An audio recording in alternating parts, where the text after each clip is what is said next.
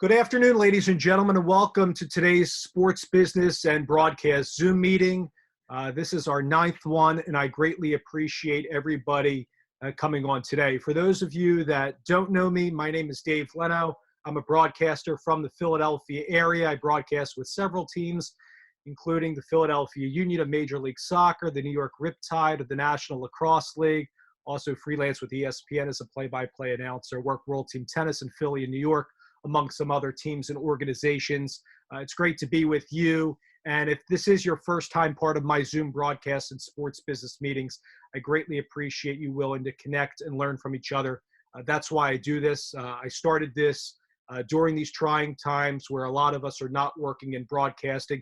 We could come together on a great forum here, completely free to everybody, to learn, to grow, and inspire one another through our great guests, through some Q&A, which we'll get to later on in the call between yourselves and our broadcasters, and learn from each other. That's the biggest thing about me organizing these calls. How I started off, ladies and gentlemen, is with a PowerPoint and some themes to think about during today's meeting you hear from our terrific announcers. The first one is how to use your voice while calling play-by-play. You'll learn that the three guests we have on our baseball roundtable with our broadcasters have terrific voices, but how do they nail the small moments of play-by-play where it's the third inning, the first guy's coming up, the music bed goes right into Sam, Alex, or Adam saying, this guy's up, this pitcher did well the first two innings, rather than a guy smacking a ball to the right field gap. And of course, that's a thrilling call where a guy might have a stand-up double, but how do they nail the small moments of play-by-play? And this can apply to if you're a reporter or you're a radio host, rather than the big interview or the big call, but square down to some of the moments that people might not consider, but us as broadcasters, we scrutinize when we go back and listen to our work. I'm really big, a lot of you that know me personally, on preparation. I know our guests are, and I know many of you are as well. But it's taking stories from game notes and utilizing them on a broadcast. But the trick is, how do you go beyond the game notes and seek those stories for yourself? I think that's very important. Do you attend press conference? Do you talk to players in the clubhouse or in the locker rooms? Do you foster relationships where you can get some news and nuggets? Do you talk with your local press?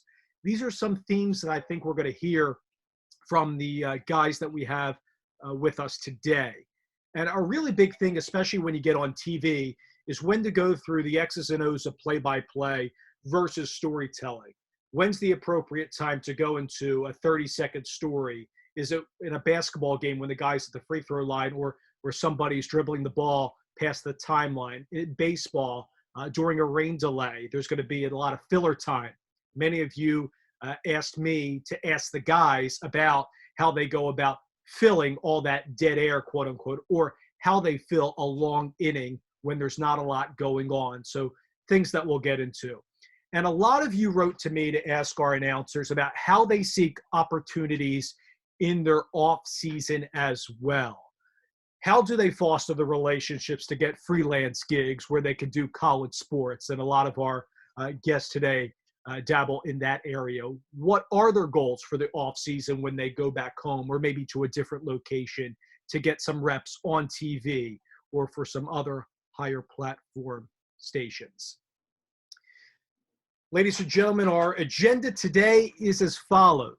The theme and the topic is a minor league baseball broadcasters roundtable, but I want to make this clear to everybody. This is not just for baseball announcers. For those of you that have never called a baseball game, I really believe deep down in my heart that this applies to all forms of broadcasting. So whether it's radio, podcasting, play-by-play, you're an analyst, or if you are just used as an interview guest, I think this can apply to you all.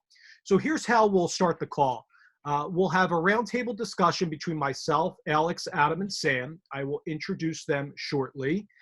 Following that, the meat of the call will be a Q&A with the participants and our broadcasters.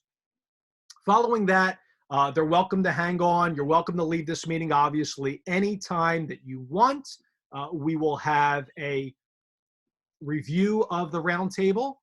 I will talk about how we adapt to changes in the broadcasting industry, specifically perhaps announcers calling more games from the studio. If you get to that point in your career, I can give you some experience on how I went about doing that and how I continue to do that today with my Philadelphia Union job, among some other gigs, and also play-by-play reminders to end the call.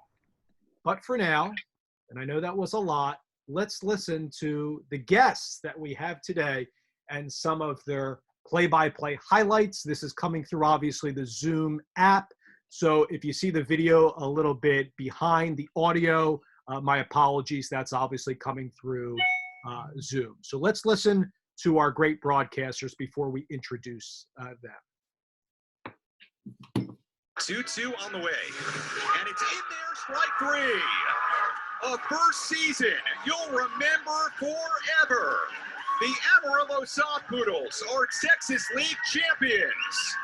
A ball and two strikes. The pitch to Alvarez, swing and a liner off the glove of Law. He picks it up. There's no play to the plate, and the Rail Riders win. Fastball line past the diving second baseman Peter. It's into right center field. Trickles all the way to the gap. Davis rounds third. Won't be a play at the plate. The throw home is hook slide. Gets by the catcher. Davis is safe. Squeeze is heading for home. The throw, not in time. He's safe. And a swing line drive towards right center. That's a base hit. Rolling towards the wall. One run is in. Two runs are in.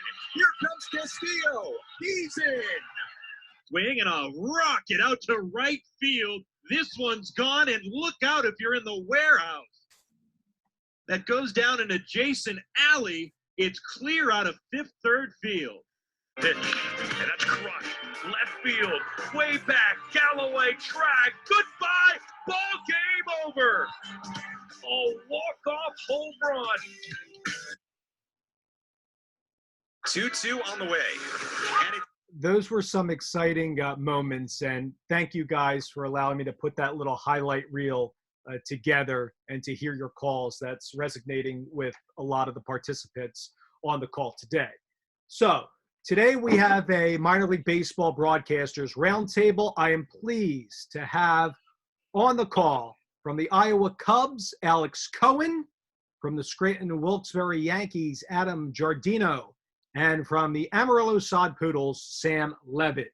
You see their bios there, and I'll go through them in a little bit more detail before we have them come on and say hello to all of you. So Alex is somebody that I know personally. Alex and I go all the way back to our days at Indiana University in Bloomington as student broadcasters, so we can share some tidbits on that. He is the voice of the Iowa Cubs, the AAA affiliate of the Chicago Cubs. Alex has a circuitous route in broadcasting, and I know a lot of you will be eager to hear a lot what he has to say about his path being a voice of Bowling Green, Idaho Falls, Huntsville, has also worked internationally in Australia, Taiwan, Tokyo, in the Premier 12 baseball tournament. That was, I believe, a preseason tournament or a qualifying tournament for the Olympics. So really a pleasure to have Alex on the call today. Adam Giardino is good, Alex. Oh, no, I appreciate you having me on. And guys, thanks so much for coming in and taking the time and spending with us. And hopefully you guys are staying safe and or office or whatever, man cave or what place where you watch and listen to sports. So we genuinely appreciate you guys coming on. And yeah, Dave and I, we started back at Indiana University. My first radio show that I brought Indiana University. Alex, I think your internet's lagging a little bit. It might, hopefully it's not just my end, but maybe try back and come back in if you can. Yep.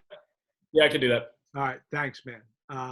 But yes, Alex and I do go way back. So looking forward to hearing some of those stories told publicly. Adam Giardino is somebody I know as well. Adam, for I believe, what was it, Adam? 5 years you were the voice of the Trenton Thunder, and it's so cool to follow your career and see you progress all the way to AAA with the Scranton Wilkes-Barre Yankees, of course, AAA affiliates of the New York Yankees. And what I love about Adam, your career, is that you also dabble into the college sports as well in the New England area with UConn, doing football pre and post, sideline reporting, ice hockey. But you also seek other opportunities, which is really big for a lot of us on this call to understand, working games with Northeastern, Brown, Harvard, Holy Cross. I also know that you did some games with Dartmouth as well. A UConn grad, also worked in Lakewood. I believe you also were an intern with Pawtucket. And it's great, Adam, to have you on the call. How are you doing and feeling, Adam? I know publicly that you've said that you were battling COVID-19. So first and foremost, how's your health? Yeah, no, thank you for bringing that up. I'm actually glad that you did. Yeah, I'm 100%. I kind of was one of those cases where I was asymptomatic, and I had it the last 2 weeks in April. And then I had a symptom pop up after the fact, kind of right around May 10th, 11th. I'm starting to figure, I'm having some interesting kind of, I guess for a better term, scarring on my feet. And that turned out to be a symptom that they're calling COVID toes. And I didn't realize it at the time. Approached my doctor. He said, yeah, that means that you very likely had it. Went through the whole testing and all of that. But I've been going for runs the last couple of days. So it kind of took 5 weeks from the time where I got it till now. But I'm pretty much back at 100%. So thank you for that. And thank you for the introduction.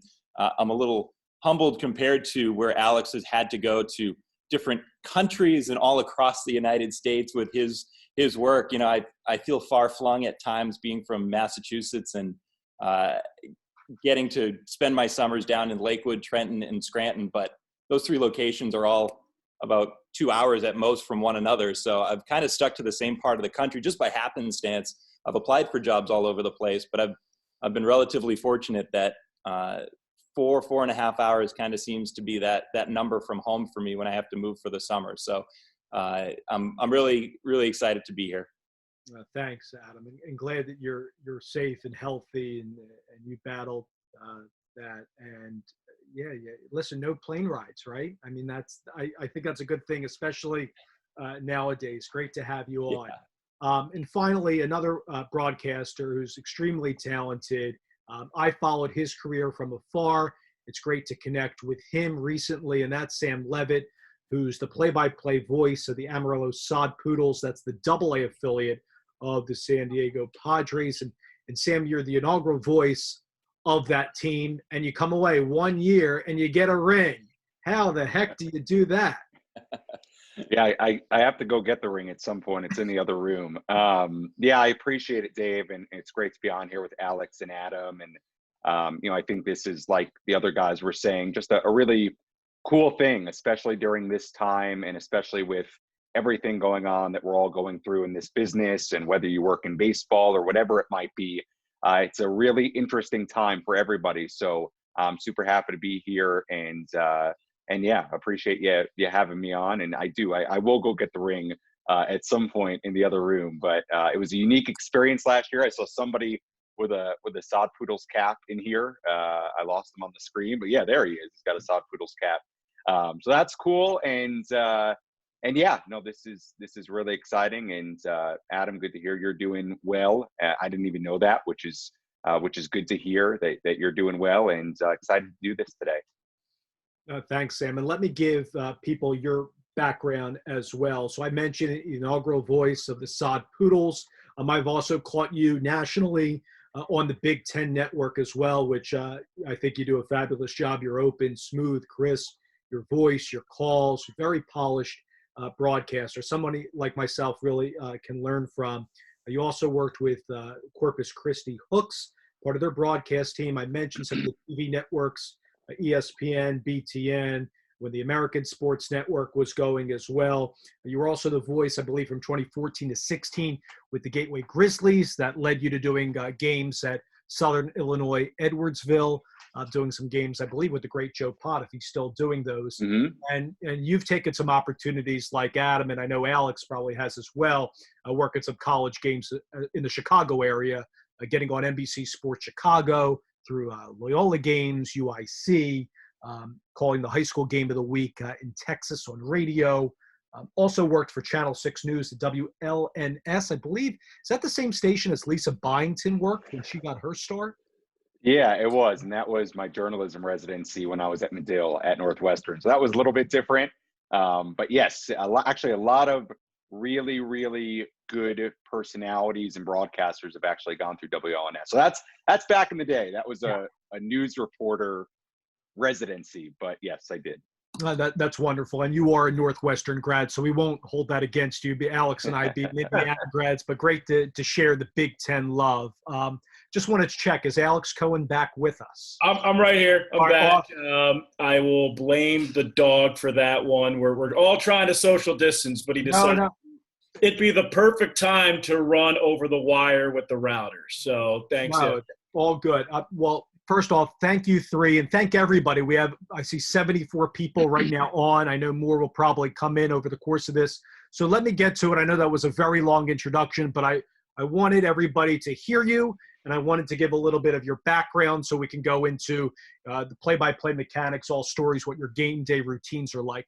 Alex, let me start with you today. Sure. I gave a little bit of your background. I think Adam and Sam both hit on that. You've traveled all around the world for your broadcasting. So for a lot of us out there, and we have some younger folks on that might not be making the money they want to make, might not be at the stage in their career, how have you kept the dream alive through all the gigs that you have to get you to AAA with the Iowa Cubs? In a word, networking. So my route, as you said, was a little bit up and down. At the age of 23, I was a voice of the Huntsville Stars, AA affiliate for the Brewers. There for 2 years. Then the team got sold.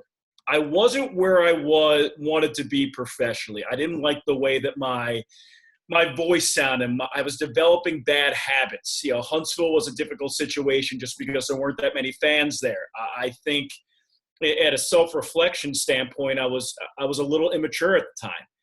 And I went to the Oakland Athletics for a summer, worked in their media relations and broadcasting department, and learned under Ken Korak, who, in my opinion, is one of the signature voices in all of big league baseball, and Vince Cotroneo, who's done it for 4 decades.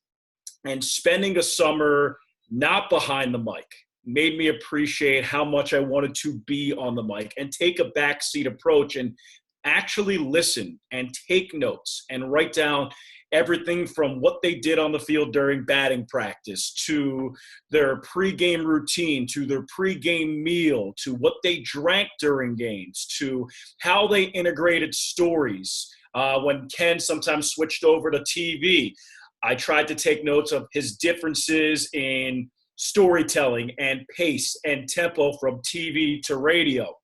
And all while doing that, keeping all the contacts that I made in my 2 years prior to that in minor league baseball. And one of those was Craig Durham. Craig Durham was the voice of the Melbourne Aces in 2013. He was the voice of the Mobile Bay Bears in 2012 when I was with the Huntsville Stars. So we actually just touched base, and he's like, man, I'm in Australia. I'm like, I know, I see all your pictures. I've listened to your calls. They're great. And he's like, yeah, I love it out here. I'd stay, but I met a girl, and we're moving back to Canada. Do you want to take my job? And it took me about 30 seconds to say yes. And it took me about 24 hours to interview with the team and another 24 hours to get my visa, sign the papers, book a flight, which they fortunately paid for. And 2 weeks later, I was out to Australia. So it's just keeping those connections and taking advantage of the opportunity that you might not have a lot of time to think about, but trust your gut, make sure you make the right decision, talk to your family. Hopefully they're supportive, but keeping those connections and taking advantage of any opportunity that comes my way and going to Australia and doing that and broadcasting baseball from a grassroots level, because I don't know if you've ever been to Australia, but baseball is not the most important sport. It's not the 10th most popular sport. You talk about a 6-4-3 double play. The fans don't know what a double play is. When you bring up 6-4-3 in numbers, that could be a telephone number. They just don't know. So recognizing the common denominator of fan and broadcasting baseball from that grassroots level makes you paint a more definite picture, and for me, reestablish my love for the game again. So just taking that circulus route and taking advantage of an opportunity and networking when I had to network, that's what got me back. I love, Alex, the stick-to-itiveness that you've had to just keep grinding and go from all these different places, whether it's AA, single A. I believe you were also with the Oakland Athletics as a media relations assistant, and really go after the broadcast dream and go to Australia and tell that story. We really appreciate that, and I'm so glad you're with us today. Great to reconnect with you on this forum. Adam, I'm also from the Philadelphia area. I've been to a lot of Trenton Thunder games over the years. So you worked there for 5 years at the Thunder. What was that moment like where you see this opening pop up at AAA at Scranton Wilkes-Barre with the Yankees? And if you can peel back the curtain a little bit and tell us what the interview process is like for a lot of us on here that want to aspire to get to the level you are. What did the AAA club look like for you as far as what they needed from your work in AA or when you were in Lakewood or some other opportunities for you to land that and join the broadcast team with Adam Marco up at Scranton Wilkes-Barre? So Adam Marco and I were two of probably 4 or 5 people that got interviews for the #1 job with Scranton Wilkes-Barre. And for those of you that are in touch with minor league baseball, Marco and I working together, we traveled to basically every road trip together. But I am technically the #2. They did hire him as the director of media relations, and now he does marketing. And he's incredibly talented with all of that stuff as a full-time employee. And Scranton Wilkes-Barre had always previously had 2 broadcasters in Darren Hedrick and John Sadak, who were both seasonal. And their general manager, Josh Olerud, who's not there anymore, he wanted to change that. He wanted somebody there full-time.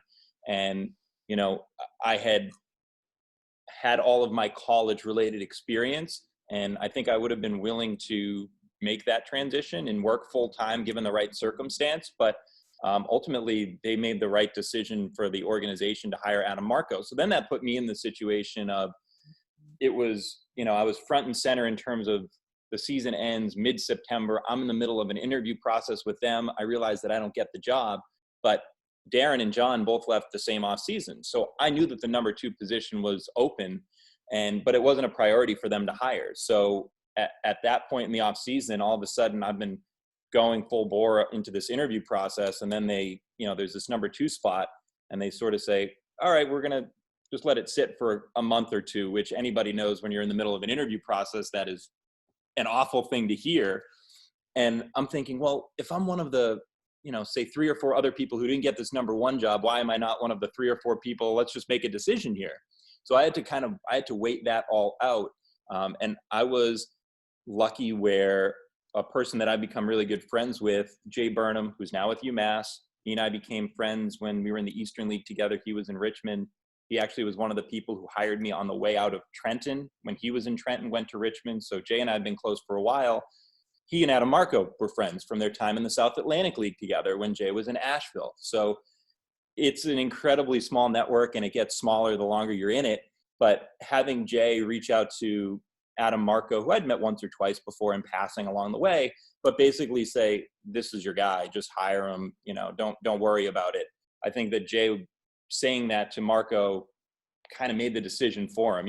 I was already on the radar. I was a good candidate, but that was sort of the difference. And so it's a hard nut to crack. It's hard, when you're on the outside looking in, you're thinking, how am I ever going to make friends and meet these people? But then once you're in it and you're doing things like this to the 70+ people that are here and just learning and connecting and just being curious about the industry, that goes a long way. Just being genuine about that end of it will help you down the road, where I'm just friends with Jay. I didn't become friends with Jay because I knew he'd get me a job in AAA, but that's just sort of how it worked out. You hit on a big theme, and that's the connections, and it all comes full circle. And you have that great relationship with Jay, who I know, and I remember him in Trenton and UMass, and does a terrific job on the air. And to hear that that he helped in a way, but your work has to speak for itself too.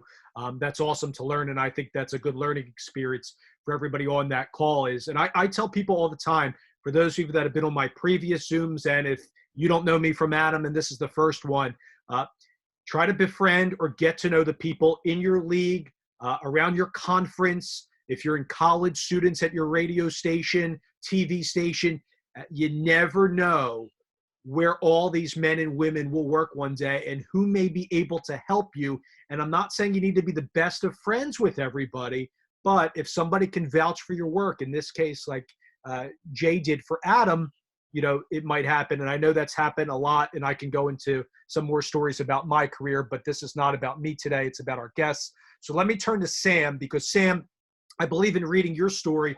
2014 graduate of Northwestern, their prestigious Medill School.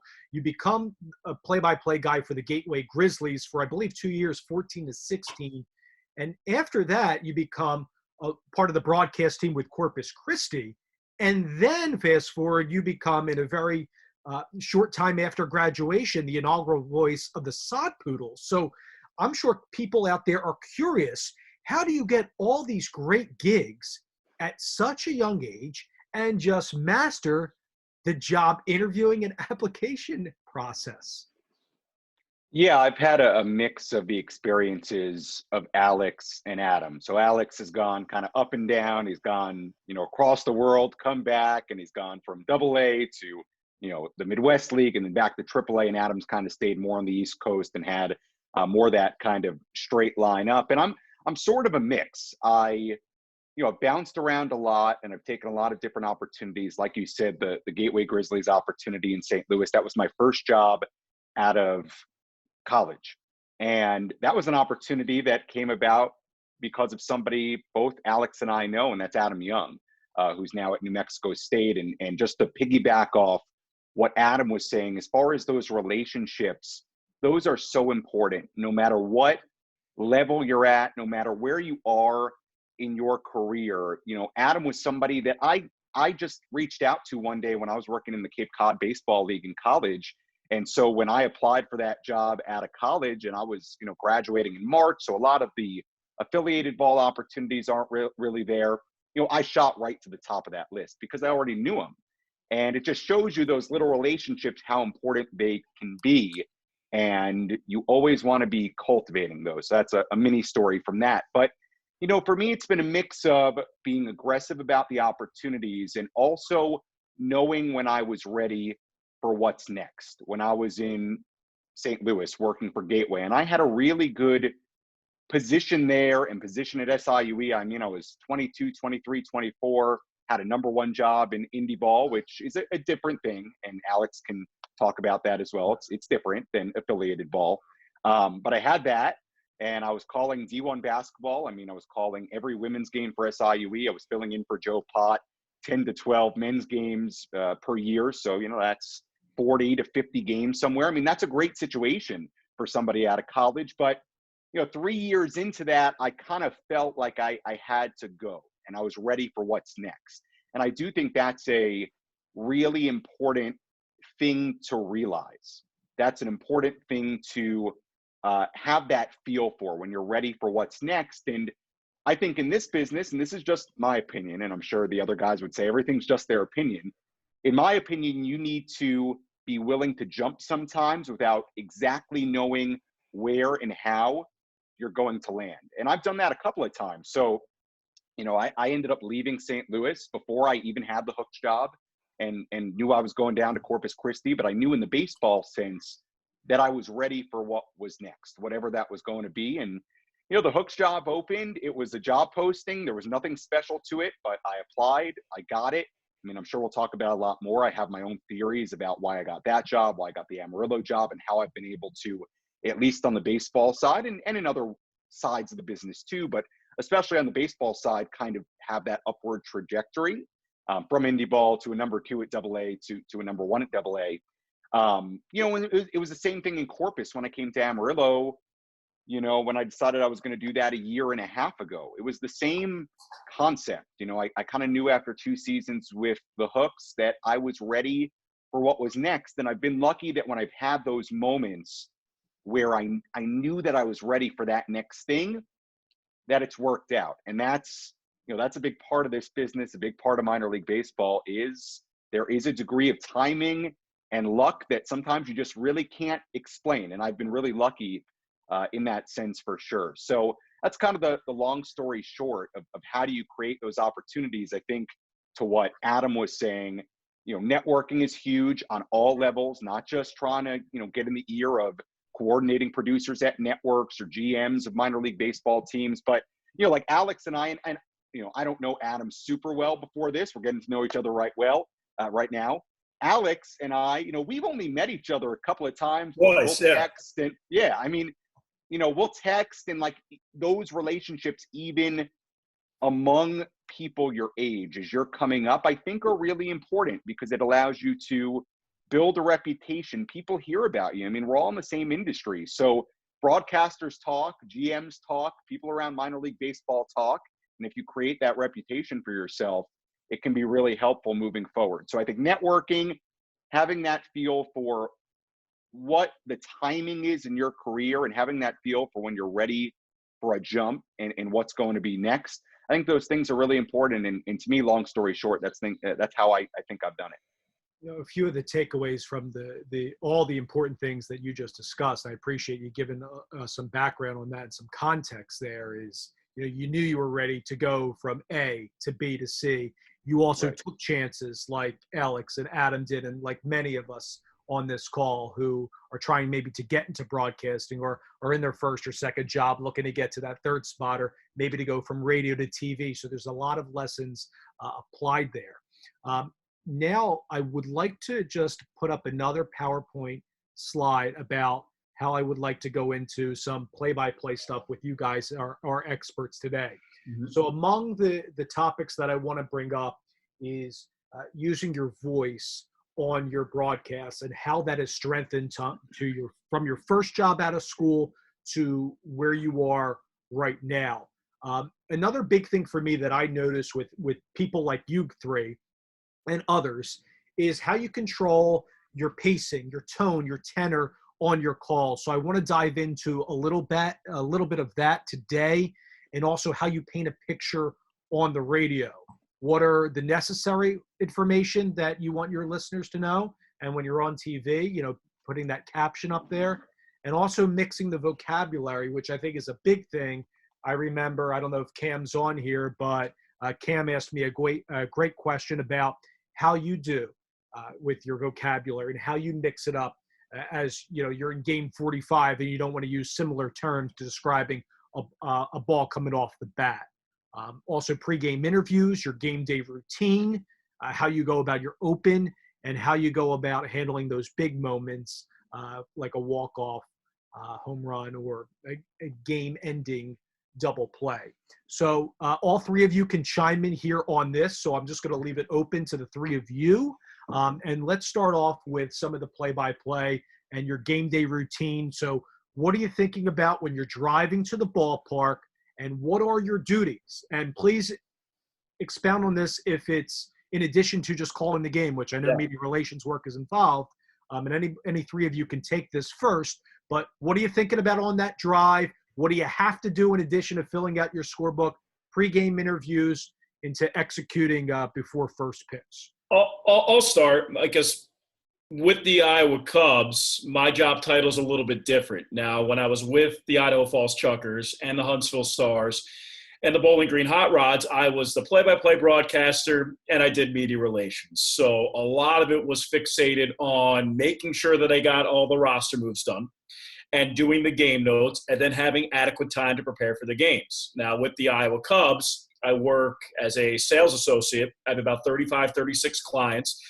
And I'm also the travel coordinator. So with the PCO, we're flying and just making sure that everybody has their tickets. And if there's a roster move and we have a guy coming in from Chicago that might be meeting us in Denver for our second flight on our way to Albuquerque, how those logistics are going to be figured out. So when I'm driving to the ballpark, normally it's travel first, making sure that we have all 25, 26 guys in one place. And if that's yes, getting to the ballpark and making sure that check my calendar. One of my sales associates knows that I have a sponsor that's throwing out the first pitch. Obviously, I can't be down there to escort them there. So they can do that and bring them up into the booth for a third inning interview. So making sure that I dot all the I's and cross all the T's with that. That usually takes me to about noon. That's precisely when our players and coaches come in. So I'll go down into our coach's office, our manager's office. Our manager is named Marty Peavy. He's been with the Iowa Cubs for 8 years. He's a Southern guy from Georgia. He's a different breed of human. So finally able to establish a relationship with him where he trusts me with the fact that, hey, this guy's getting called up to the big leagues. Don't say anything until the Cubs make their press release and make their announcement. So making sure that I have my ear to the table when it comes to roster moves on that. Then the guys will take the field, batting practice, pitchers will stretch, they'll throw bullpens. And the goal that I made last year actually was to do things a little bit different. And I wanted to have 1 10-minute conversation, unique, organic, with anybody on the field. It could be a coach. It could be a player. It could be a trainer. It could be our strength coach. It could be our general manager. It could be the visiting broadcaster, a visiting player. Just one different 10-minute conversation where, one, you can use the information on air, but second of all, learn something. Open up your brain. Listen. Just try to take something different from that than you'll get from any other Tuesday at the ballpark, game 7 of an 8-game homestand. So you're down on the field, and you try to get that 10-minute unique conversation. Then after batting practice, try to get a pregame interview. Every Sunday we did it with the coach. Every Friday we did it with our general manager. So that leaves 5 different days for players and a hitting coach and a pitching coach. And just trying to break off the monotony of it. You know, sometimes you'll have a interview one day that's a little bit more informational. Then your second interview will be a little bit more conversational, where you guys will talk about stuff a little bit off the baseball field. Like we had one player who wanted to be a chef. Like he had a blog about being a chef. So that's what we talked about. What was your favorite meal? How does that transform into your pregame meal? Do you teach your other teammates and coaches how to cook? Just reading into those context clues. Not every interview and every player you meet is the same. They're all different. Alex, I want to ask you a bit, because it's one of the topics that I wanted to get into, and Adam, Sam, feel free after this, but I wanted to ask about the pregame interviews. I was in the Atlantic League as an intern with the Camden River Sharks, and I remember doing a couple of those pregame interviews. You're in the dugout, you're all the way at the end, or you're in the front, and you're trying to be quiet. You don't want to be a nuisance to what else is going around, or you're in the clubhouse and you're in the training room. How do you keep the tone, inflection, Alex, in your voice when you're doing those pregame interviews? Because I often hear with myself in the past and with others, the voice tone is just totally different. How do you make it sound as if you're broadcasting the 4th inning of a game in addition to the pregame interview? So for the pregame interview, and strangely, mine's a little bit different. I treat it more like a sports talk host. I try to be as conversational as possible because, especially with coaches who might not be media trained, they want to feel like they're talking to a friend or just having a conversation with somebody because they'll give you more information. If you're reading questions off of paper, it seems more scripted. It seems more formal. And if you come to know about a minor league baseball manager, formality is not their strong suit. They are as informal as they come, most of them. They like to drink a beer and talk to you for an hour rather than get in front of a microphone and talk to you for 7 minutes. So finding a middle ground between that during the pregame interview makes them more comfortable and makes us sound a little bit better. Awesome. Adam, I will jump. Yeah, so I'm going to jump on the pregame interview part of this. And actually, there was another thing that you had mentioned as well that I wanted to touch on. So, you said don't be scripted, but that doesn't mean don't go in there with prepared questions. Mm-hmm. And the way that I've always, and so I know you're nodding your head. I mean, it's just like we don't go into these things blind. So it's just more of you go in with kind of an outline. I always figure it as, okay, I've got 5 questions, but always listen. Just listen to the answers, because the answer to question 1 might lead you to question 1A, 1B, and then 1B1, and you keep going with all these bullet points, and you never get to question 3 because 5 minutes has gone by and you only hit the first 2 questions because you were an active listener. So to me, that's huge. And there is that hard part where you've got these prepared questions, but you don't want it to sound scripted. And you do, trying to have that casual tone to your voice, it takes, I think, a lot of practice, but it takes a lot of listening back to yourself. And I mean, for me and for anyone in minor league baseball, you're doing 140 of these a season, theoretically. So if you're doing 140 of them, but you never actually listen to them, or during the game, you take your headset off during that part of the pregame show, that doesn't really do you any good because you're going to sound the same the next day. And being sure to listen back and just make sure you're listening to yourself, how you're asking questions, how you sound, that's huge. And the other part that I wanted to touch on, and I think I'm not stepping out of turn here, but when you talk about those organic on-field conversations, you're having a 10-minute chat with somebody and you're not holding a notebook. You're not writing these things down. You're having a 10-minute conversation with somebody. And because this is what I need to do, if I have a really good conversation with somebody on the field where I picked up 3 or 4 things that I didn't know about them, I've got to run somewhere around the corner, take out my phone and type it into my notes because I'm going to forget. I'm just not going to remember. There are some people that have this great memory and, I'll probably remember something from that 10-minute conversation, but I'm not going to remember everything. And it's really important to not have a notebook because then people think they're being interviewed. And if you're just talking to somebody and you're getting all this really good information, just let the conversation go, write down what you remember shortly thereafter so you don't forget any of it. But, having a notebook in your hand or a notepad, just something to write these things down, that is going to heighten the anxiety in the conversation, which that's not the goal. The goal is just to talk to somebody.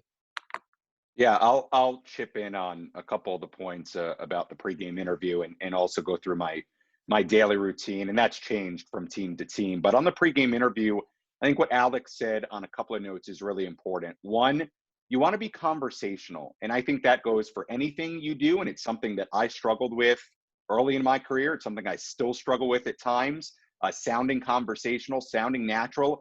But you want to go into the interview, especially those pregame interviews that are you and a player. You might be in the clubhouse, you might be in the dugout, you might be sitting in the training room, who knows where you are.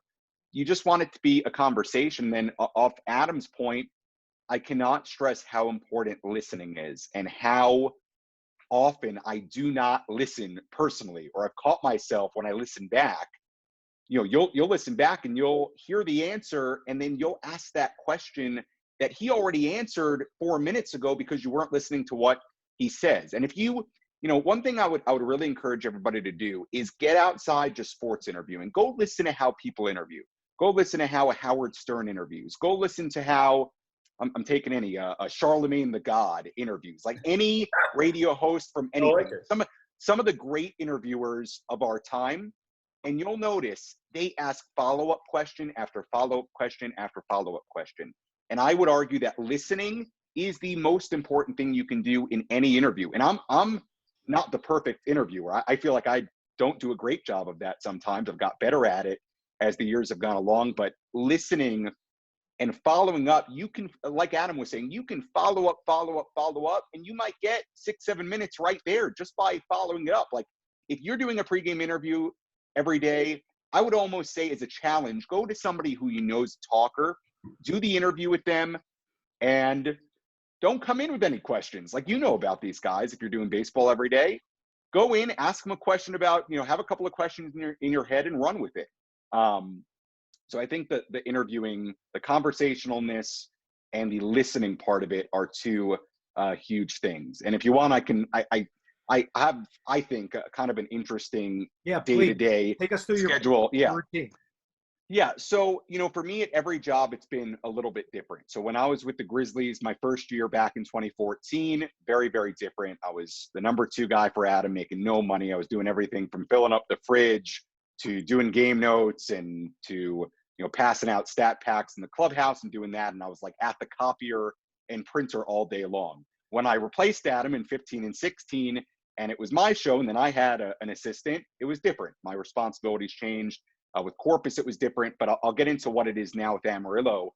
For me, I'm a big morning guy, so I usually get to the ballpark in the morning. I like being there 8, 9 a.m., getting things rolling, starting to get my book ready. We do a lot of video stuff, and if you follow me on social media, you'll know this just during the course of a baseball season. The video side of things, the social media content side of things, that's a big part of what I do, really at every team I've ever been with, but especially now with Amarillo. So I will spend a lot of that morning, editing video. If there's a video we want to get out at noon, or highlights, or whatever it might be, that is a big part of my morning usually. And then my schedule is usually I'll get there in the morning around noon, 1 p.m. I leave, I'll go work out, I'll go home and shower, change, whatever it is, come back to the ballpark maybe 2:30, 3 o'clock, right when the guys are getting there.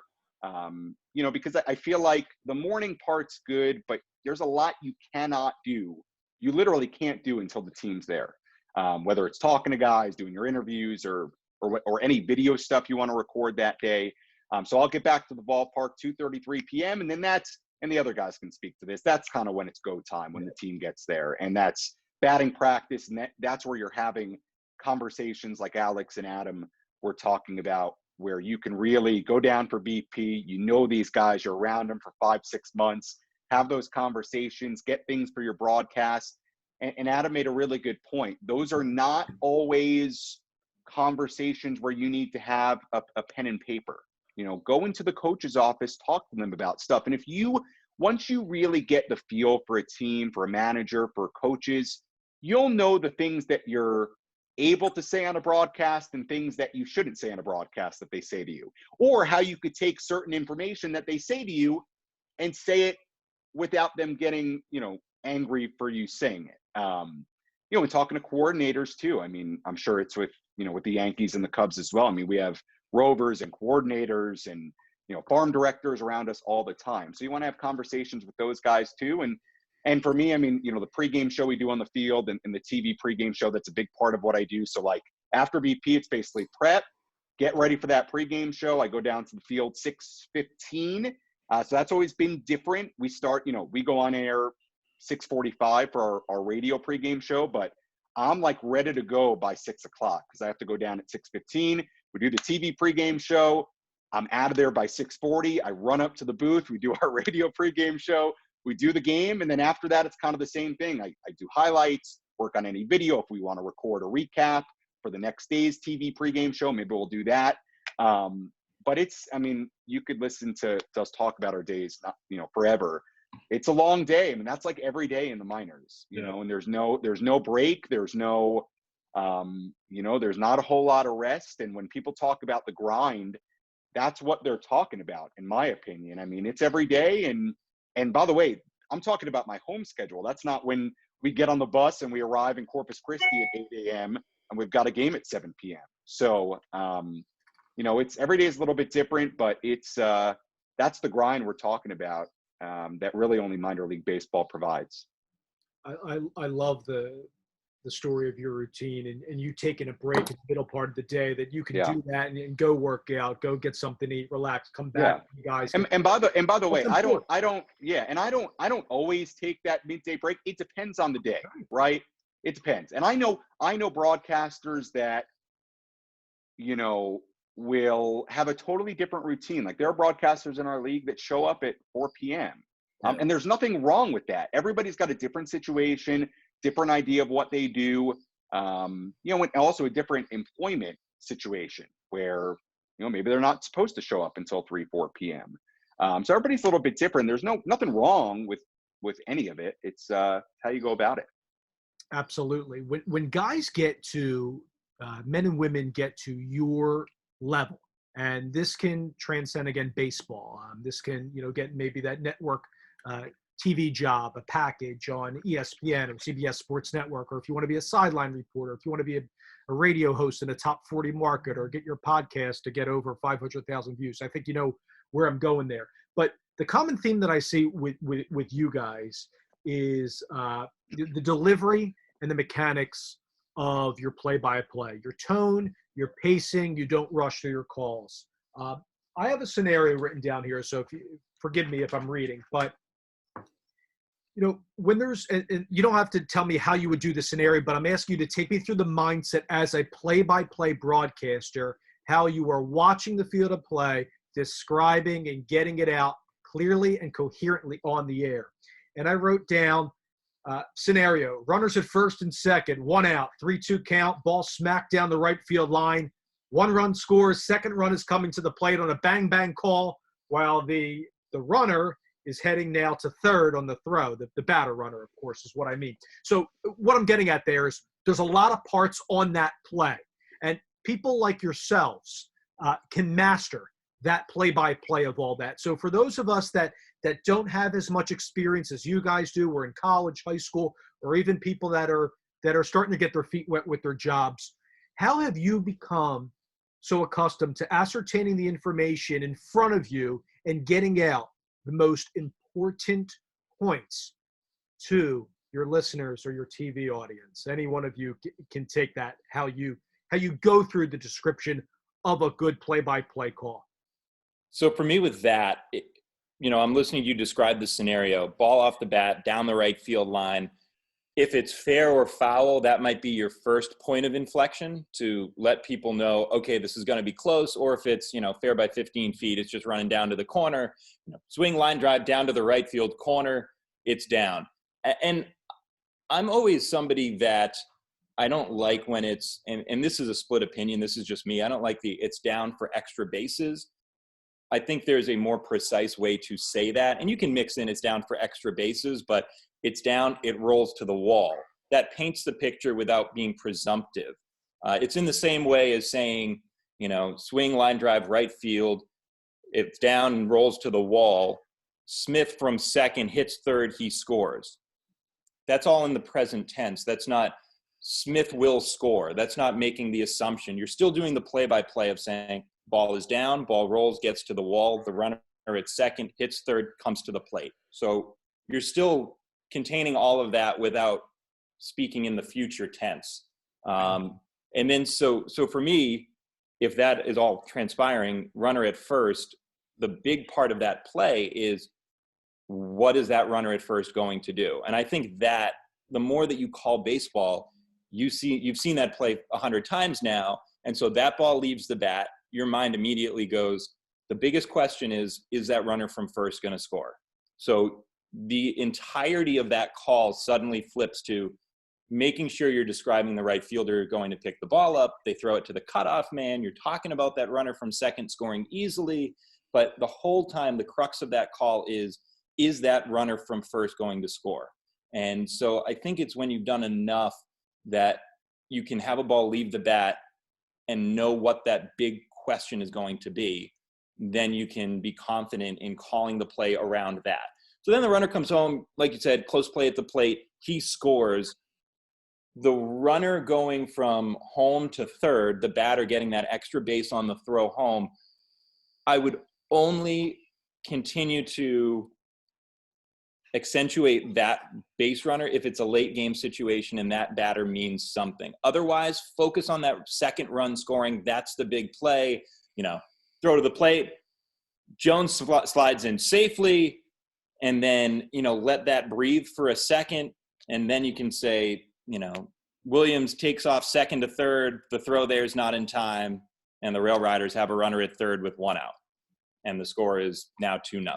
But unless, when an exciting play happens, if you let yourself peak on the ball down the line, and then you let yourself peak even more on that second run scoring, or that first run scoring, where can you go for the second run scoring? That second run scoring, so you've already gone from here to here to here, and then all of a sudden, the energy of that second run scoring doesn't match the situation.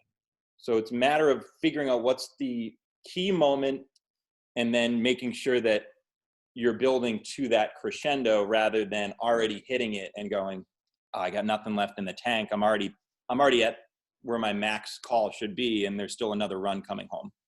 That's awesome that you can remember everything that I said in that scenario, though, Adam. That's pretty kick-ass there. That was great. Adam, you said that you didn't have a good memory. You would have to write everything down. I don't remember saying that to you, actually. Every single detail to that. So sold yourself short.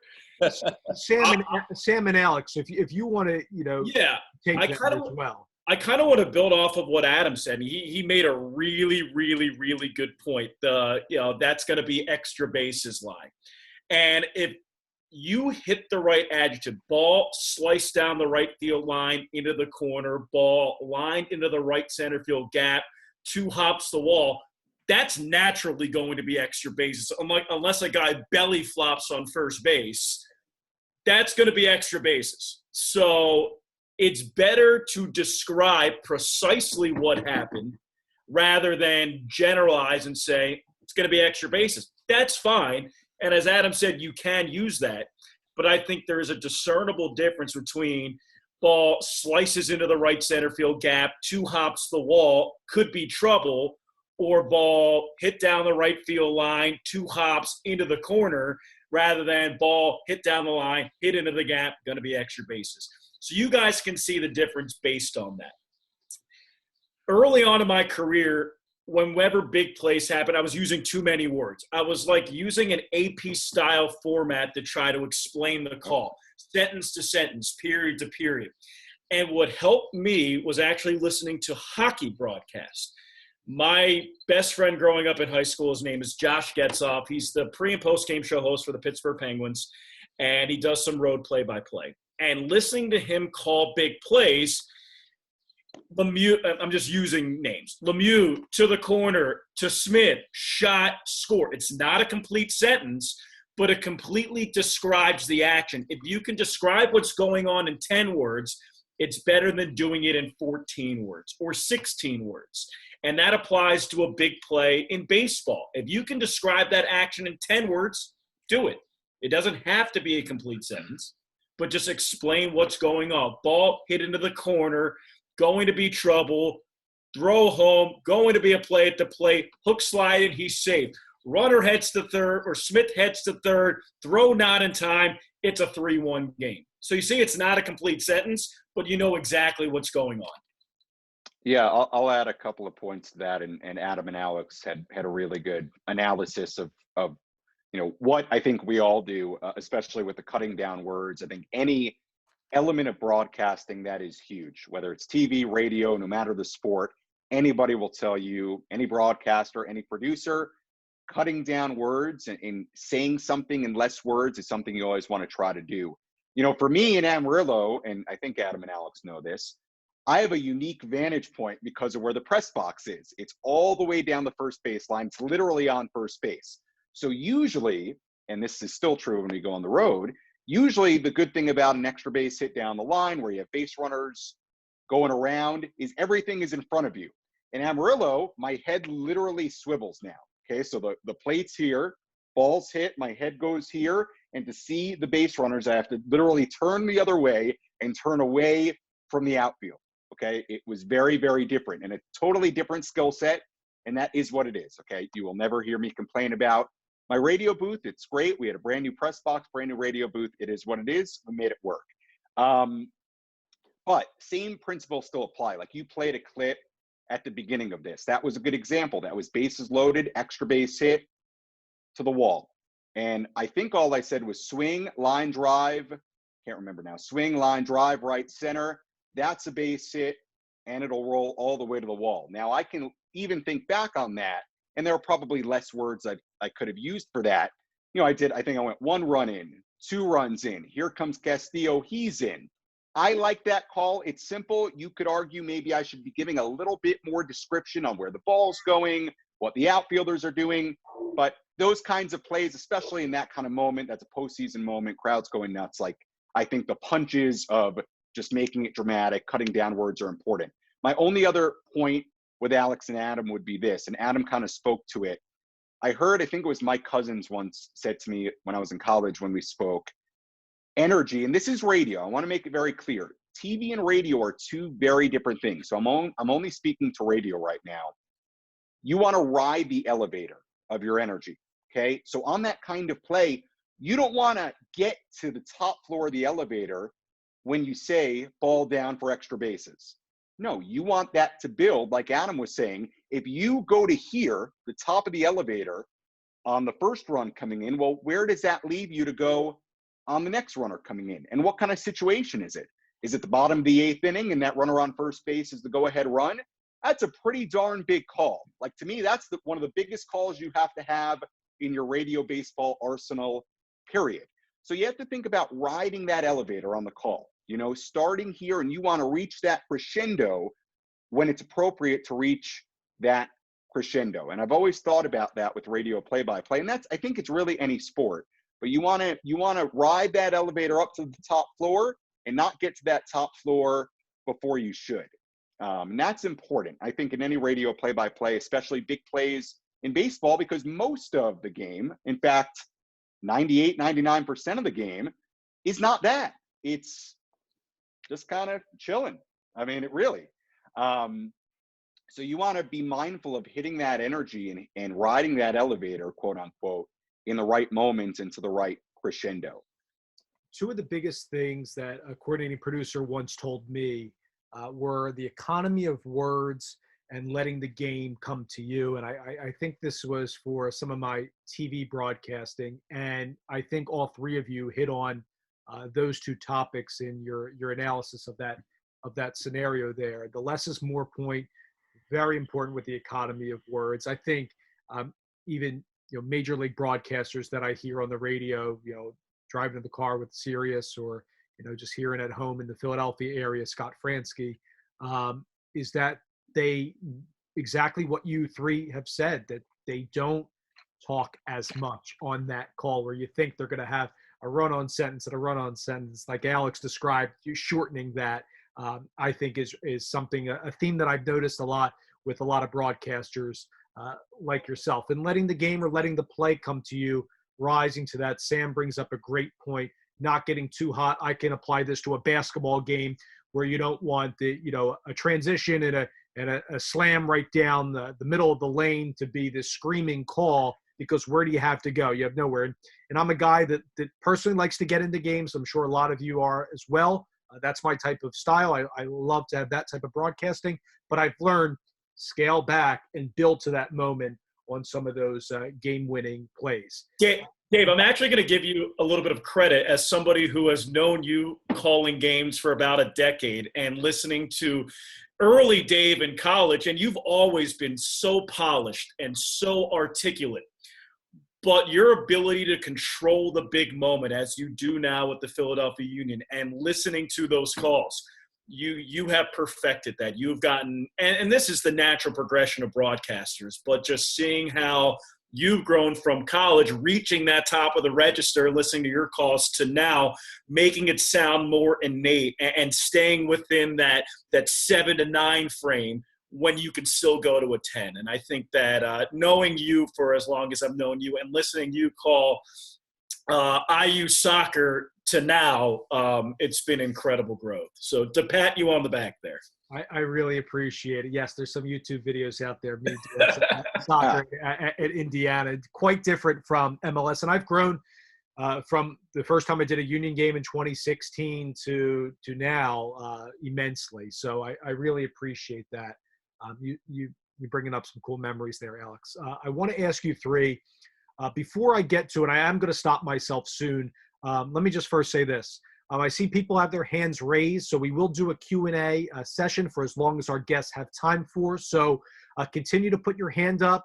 I will get to as many people as I can so you guys can interact with our three guests today. So we'll have that. Just want to ask our roundtable a few more questions before we get to the Q&A. So please keep your mic on mute. I'll get to as many people as I can, and we'll have you interact with the guys. I want to ask you guys, as you advance up into play-by-play, about vocabulary, changing description of a play, smack down the line, rifled, rocketed, on the ground with pace, however you want to describe it. We can come up with different analogies there. Does your vernacular grow with just does it boil down to just the reps and the amount of games? You guys doing 140 games, and it might not just be baseball, but the other sports that you guys get a chance to broadcast. But how do you keep it from your broadcast being stale from the first game in a homestand to the sixth one? I'll start this. And Sam, I don't know if you remember working under Adam Young. but Adam had a sheet of, I don't know, 50, 75 descriptors, and he kind of organized them into ground balls, like a ball that was hitting the Right. a ball hit to the outfield, and a home run, blasted, uncorked, crushed, hit well. So I just remember his preparation. And Adam is on another level when it comes to preparing for a game. I won't lie to you guys and say that I prepare that much, but it's one of those where if I feel like I'm struggling, or if it's the beginning of the season and I'm trying to find my rhythm, I'll write down descriptors that I want to use. Or if I see on the opposite side, if I'm using a descriptor too much, if every ball I see like hit well, I say line, I'll write down line on my scoreboard and cross it out. I'll cross it out because there's some words that I just use too much. And you get that sense through 140 games of a broadcast. Sam, I didn't mean to cut you off. Sorry. No, I think you're right, and Adam is a great example of this. And in fact, I think a lot of the STAA charts that John uses, and I'm sure lots of you use STAA, a lot of them are from Adam. And Adam is one of the most prepared broadcasters I know, and as far as vocabulary, has just an amazing vernacular and really works on that. Couple of points. One, to learn vocab, I think there is nothing better you can do than listen to other broadcasters and literally write it down. Like I was thinking about whether I have any of my lists here, and I might in a box. I don't want to go get it. But I will literally, during the course of a season or during spring training or whatever it might be, listen to my favorite big league broadcasters, whether that's a Howie Rose or a John Miller, or take your pick. And when you hear a word that you don't normally use, write it down. And then every night, and I've done that in my scorebook, like Alex was saying, write down a couple of words you want to use. And once you start using words, they will get into a natural part of your mind, and they'll come out without you thinking about it. To be honest, there are still words that I say for the first time that I've never said before that I don't even know where they come from. And I found that too. Sometimes you'll say a word that you've never said in your life on air, and it comes out of nowhere. I'll make one point, and this is my personal opinion, and Alex and Adam may disagree. There might be other broadcasters that disagree. I think a wide vocabulary is important. It keeps your broadcast fresh. It keeps it not stale. But I do think, and again, my opinion, I do think there is a line between using good vocabulary and using words where nobody knows what you're talking about. And I have heard broadcasters, I'm not going to say names, I've heard broadcasters in different leagues I've worked in, even big league guys, I think, that sometimes use words where it makes it more complicated in a way. So I think there is a degree of simplicity that is important. Like, you want to have that wide vocabulary, but you also want people to know what you're talking about. Like, if you cannot say that there's a line drive simpler than swing, line drive, right field, base hit. And you can say that in a lot of ways. You can say, poke the other way, it's down for a base hit, whatever it might be. But I do think you want to keep that in mind as you're thinking about vocabulary. I think you want to find that happy medium between not making it too complex and not making things stale. I'm curious if Alex or Adam would agree with that. I just think you have to be mindful of that for your audience. And on those big plays especially, look, you're trying to get out the information. That's the primary job. The primary job is not to be a poet. And you are a poet in a way with play-by-play and radio and whatever sport it is. But the primary job is to say what's happening. So I feel like you just never want to get that confused. So I think you just have to find that happy medium. Yeah, my thought with that is I totally agree. I also find it fun to drop in one word a game. Just like you said, maybe just give your audience a little credit for being smarter than you think they are. That's what I was told once when I was talking to this with somebody who is incredibly smart, and I know that's how they run their broadcast. And it's, don't talk down to your audience, but at the same time, you shouldn't talk above them either, because you'll lose them that way. And for Alex, where he's over in Australia and can't say 6-4-3 double play, that has to be a totally different challenge. Where, for me, and I left and I grabbed my I do have a book where I just write down, I have a whole vocabulary book when I'm listening to podcasts, when I'm reading nonfiction books, whatever it may be, that I will write it down in my phone. And then, once I get 10 words in my phone, I'll go write it in this book. And I just carry this book around with me. And a lot of those words aren't usable on air, but they're, if someone's using them on a podcast, they're probably not too far out of the realm of what should be considered spoken English anyway. So it's, there is that fine line. And I tend to veer towards just giving your audience a little bit of credit and maybe dropping in one word a game where they just sort of pause and go, huh. And if they have to take a second and go look it up on their phone, then that's all the better. I like the one word a game because, one, it keeps your listeners fresh. It gives them something different in 1 out of 140, or what we're doing for 140 games. And it also keeps you fresh because let's say it's, as I said, game 7 of an 8-game series and your team's down 11-2. It's the 5th inning. There's already been 5 pitching changes and it's already taken 3 hours. Yeah, sometimes you need that special word to spark up a conversation for an inning. So I really like that comment. That definitely resonates with my broadcast. I want to bring up the grind of your jobs because a lot of folks upon registering, ask me about potential burnout doing 140 games and you guys trying to, like a lot of us, progress from one level of classification to the next. So Sam, when we introduced you, you hit on this a little bit that you knew you were ready to go from Gateway to Corpus Christi and then make that jump to apply for the Sod Poodles job.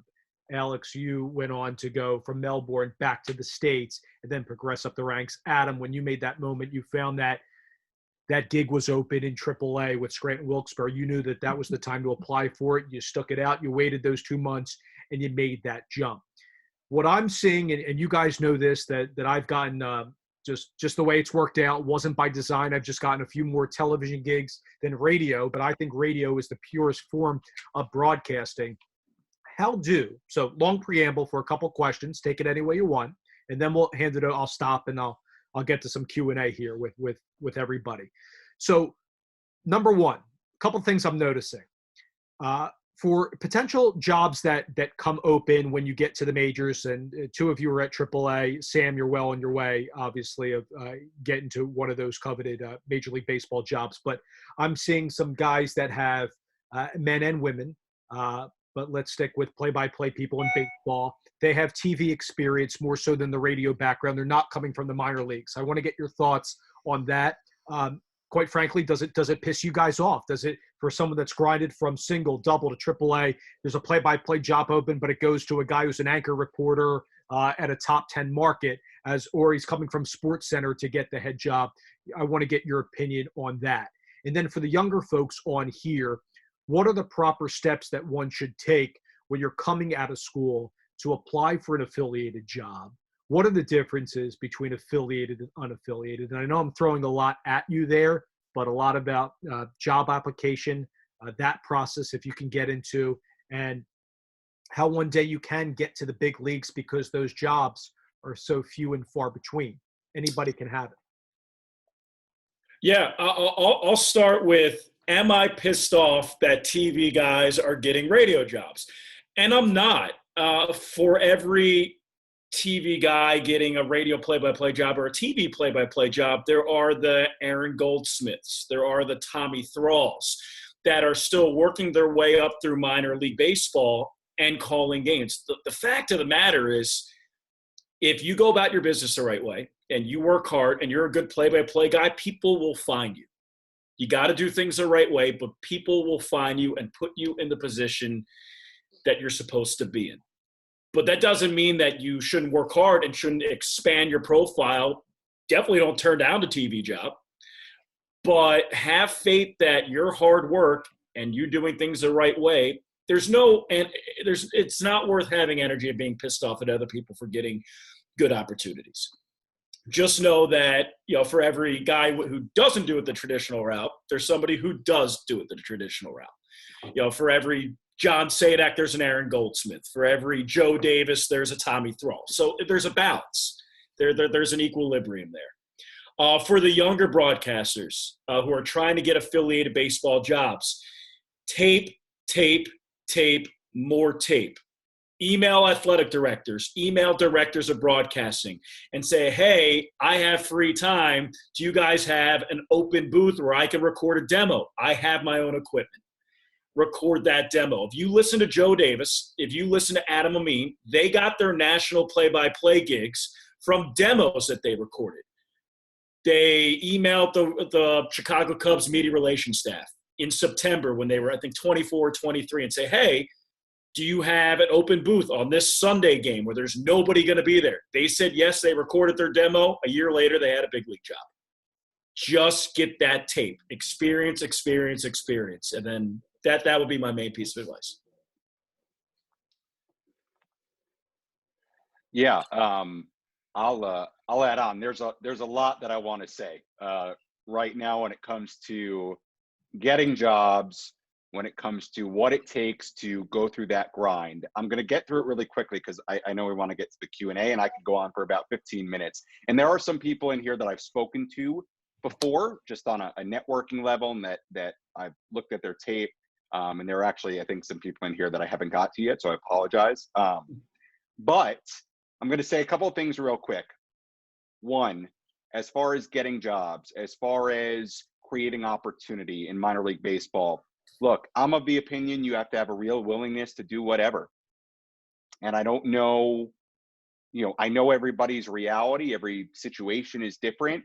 I think especially on the minor league baseball side, you need to be willing to go wherever and kind of do whatever to get that start. I mean, you can ask a guy like Alex Cohen, look what he has done.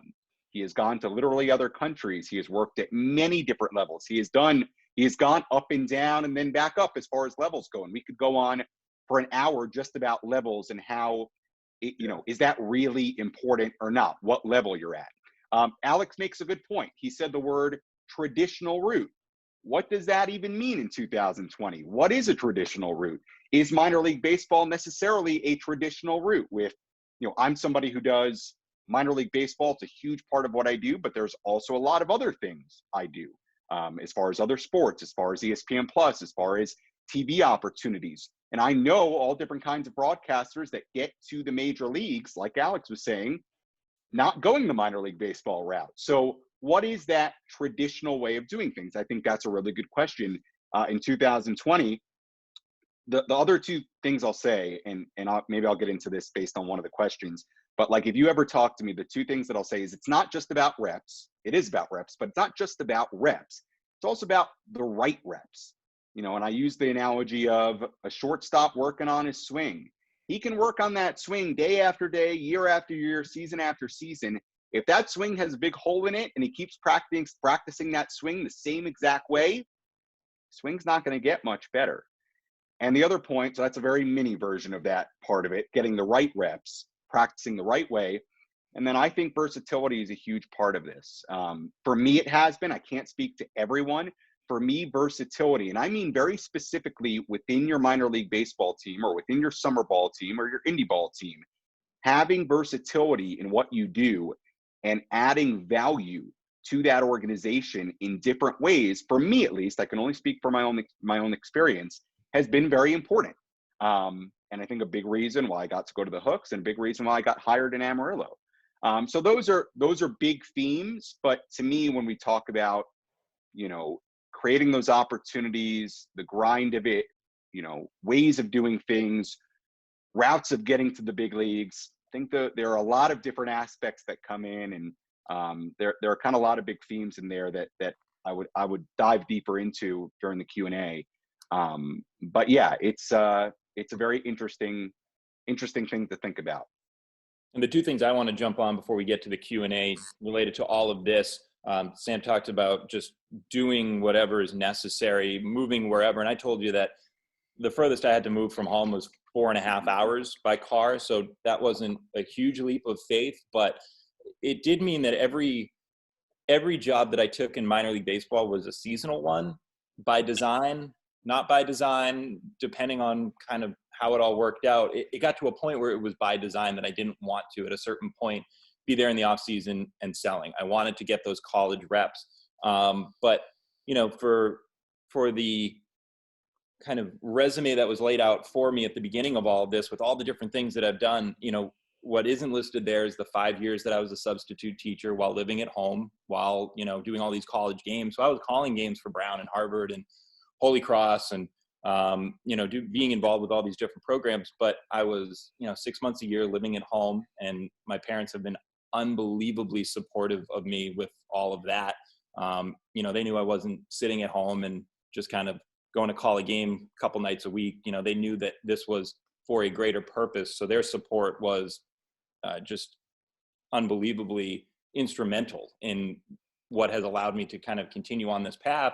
But yeah, it doesn't include the 5 years I was a substitute teacher. It doesn't include the 2 years that I, in the winter, would stay at the local oil company in town and take calls until 10 p.m. when people's oil, their tanks would empty and they would need emergency oil deliveries. And I was the one coordinating those. So, you just sort of, and at last year at 30 years old, I was still living at home for 6 months a year. Unfortunately, I'm here in Worcester, Massachusetts, and I've got my own place now, but that was just sort of the route that I had to take. And so there are things behind everyone's story that you might not realize. I had no idea that Alex was in Australia, and, and for Sam doing indie ball for a couple of years, I didn't realize that was necessarily part of his story. So everyone's got these little things that just, they go with the territory of what we're trying to pursue. And so that's one of the things I wanted to touch on. And the good reps part is the other thing, is that there was a point in 2015 with Trenton, my third year with the Thunder, where I was in my second year as the number one there. So I was doing road games solo, and I just felt like I was beating my head against the wall. I was just worn out. I couldn't get better. I couldn't figure it out. And so the thing that I would do is I would, prep the wrong way. I was spending so much time coming up with all these extra stories that I could kind of make the broadcast better, but that wasn't the part of the broadcast that needed to get better. I was already very good at telling stories. I was already having way too much information to ever include in a 30-inning broadcast, much less a 9-inning broadcast each night. And my energy was being directed to this thing that wasn't making me better. There's a certain point where when you're studying for an exam, you just got to put your hands up and go, all right, I'm done. Like there's, the exam's tomorrow, and whatever studying I've done is going to be enough. I'm going to either get an A or a C or whatever it is, but not much more I can do.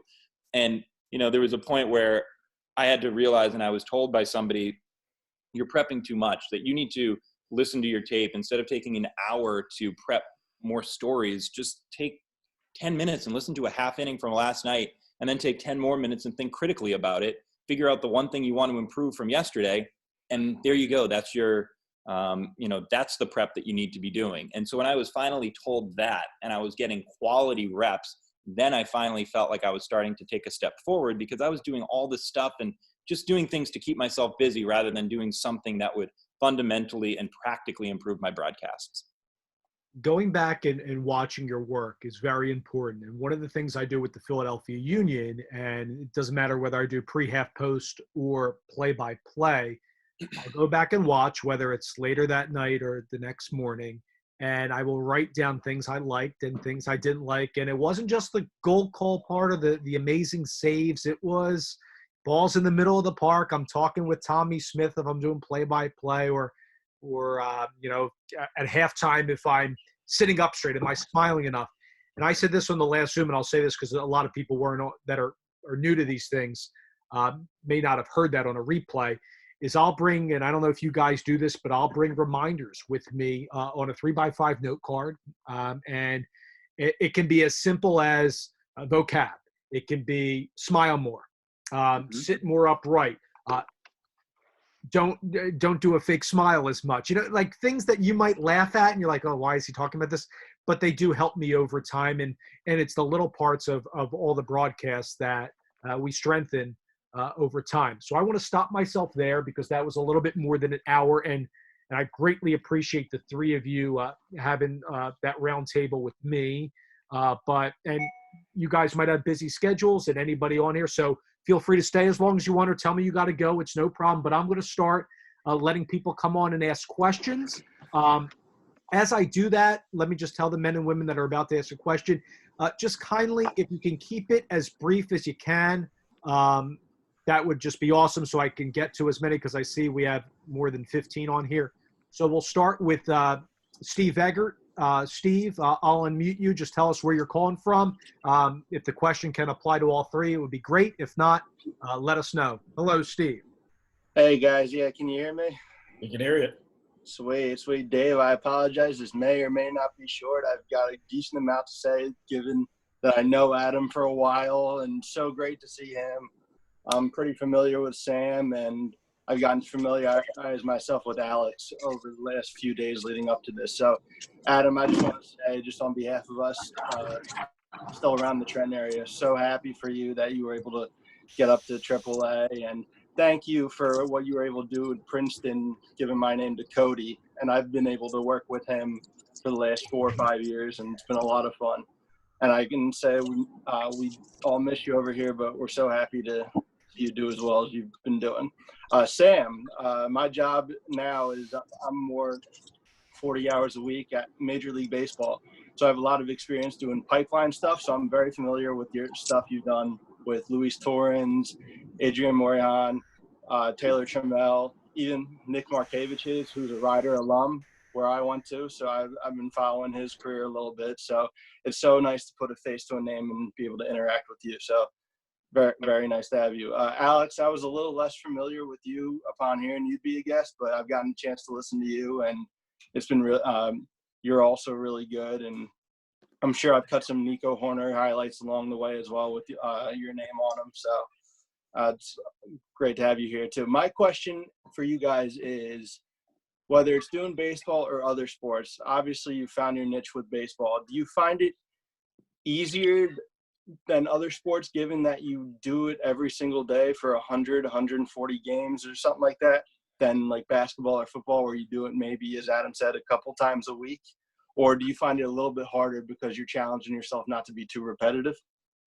So I'll jump on this one. And I wish I was a broadcaster that could just parachute in and be unbelievable on the first day of doing a game. It takes me a while to get used to whatever sport I'm calling. And I've gotten better at that. But, for me, by game, when I was doing Dartmouth College play-by-play in the Ivy League for football, it's a 10-game season and you're hitting your stride by game 8 or 9.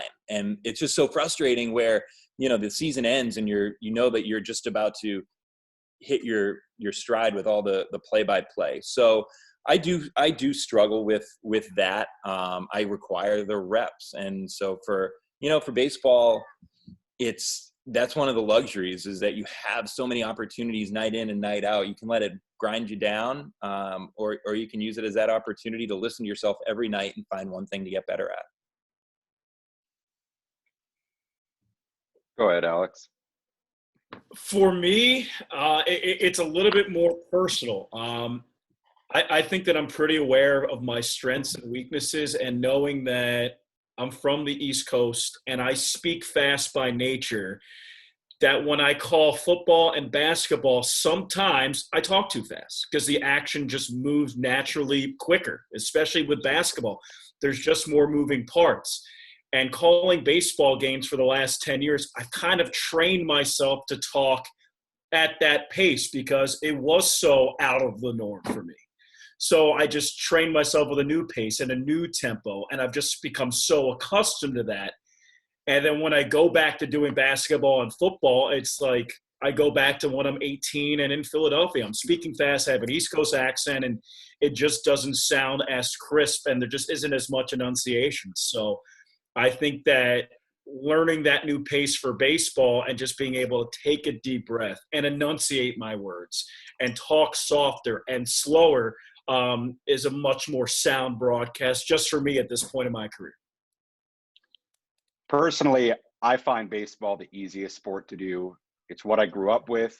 I grew up listening to Howie Rose and Gary Cohen and the late Bob Murphy and those Mets broadcasters in New York. It's what I grew up with. I didn't necessarily have a love for other sports when I was growing up. Like it was the Mets for me. My dad grew up a Mets fan. We didn't watch the Knicks really. We didn't watch the Jets and Giants really. We didn't watch any hockey.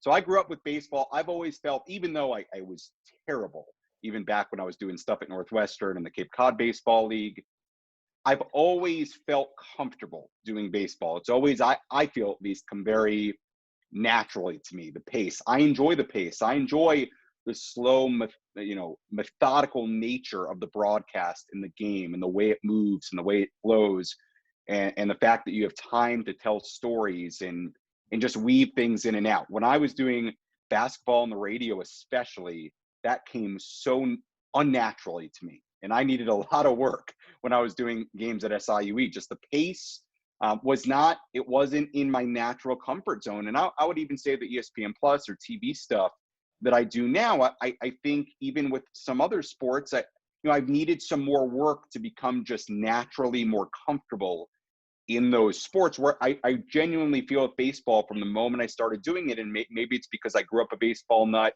and I grew up listening and watching to so much of it. It just always comes easier to me. But we've said Adam Young's name a number of times. I feel like this needs an Adam Young sponsorship now. But Adam, basketball guy growing up, loved basketball, huge, college basketball guy. And he has always said the exact opposite, where doing basketball is so natural for him. Doing baseball was always the more unnatural sport he needed to learn. So I think for everybody, it's different. I think it's a lot about how you grow up and what you like and what you listen to and where you come from and things like that. But for me, baseball has always been the most natural, where I feel like you could wake me up in December, drop me in a ballpark, and I could probably do a pretty good broadcast that day. So that's how I've always felt. Awesome. Thank you guys so much. Adam, great to see you as always. Keep killing it. And same to you guys as well. Thanks, man. Dave. All right. Thanks, Steve. Really appreciate that. I want to bring on Brandon. Brandon, who I've seen at New York Riptide games. Brandon, you didn't get a question on the last time that we had a Zoom, and I know you want to get on here. So hello to you. Hey, Dave. Thanks for having me here. It's always great meetings, and I really appreciate you always having me here. For me personally, I'm actually a baseball umpire when I'm not really doing what I love to do, and my goal is to be a broadcaster. And what I've been thinking is, do you think there's a good chance if I take my level of umping to the NCAA, do it for a few years, do you think there's a possibility that I can maybe make it to the broadcasting booth as a rules analysis, like how you have for football with the NFL on Fox? Yeah, Go ahead, Alex. Go for it. Yeah, I mean, certainly possible.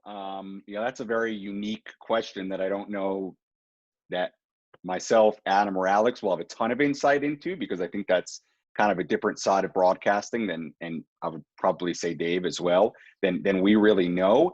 I'd say this: if you want to get into any type of broadcasting, number one, people do like expertise in something, right? I mean, that's what my dad always used to say to me about anything, not just broadcasting, but people pay and want expertise.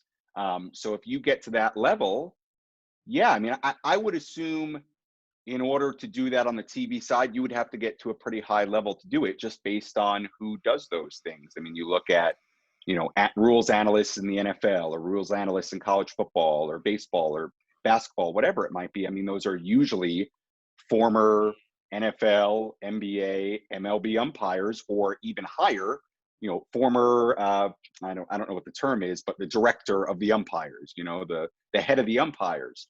So I would say you'd probably, I mean, that's a great goal. I think having broadcasting experience might help.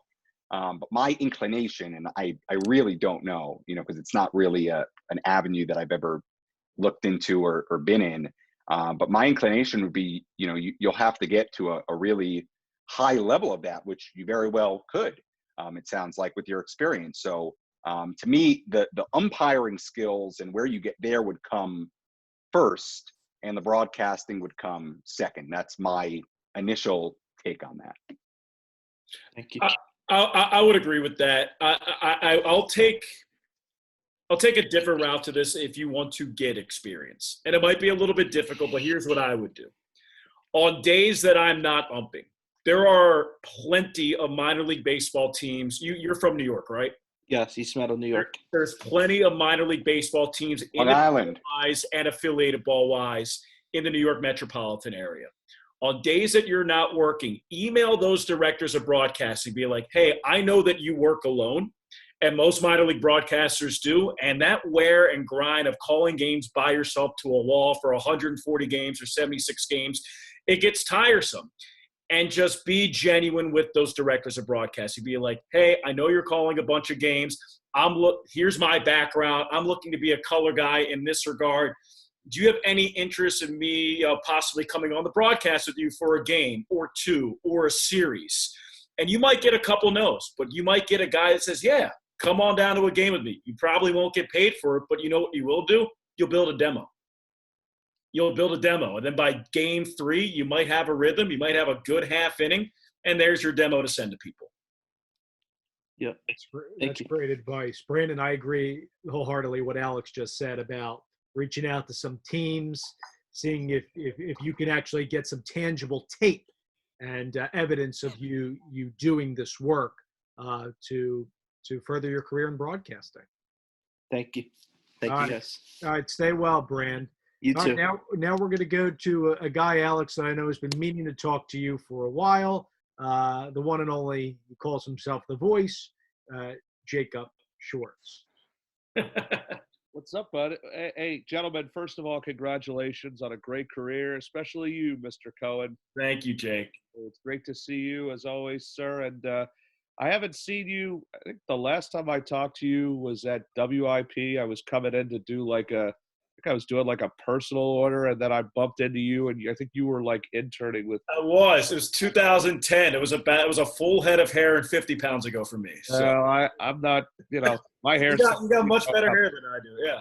Well, hey, congratulations, brother. I know you've come a long way, and one of my favorite things about us is that we, along with Maury Hirsch-Gordon, are really just trying to chase what we love and what we've been good at since we were kids. And again, to Sam and to Aaron, congratulations on a phenomenal career that you've had so far, and I think it's only the beginning. I myself actually am in the process of, while you were chatting with Dave, and while Dave was, as usual, being Dave Leno, I was working on my script for my I have a new show out called Voice of Reason.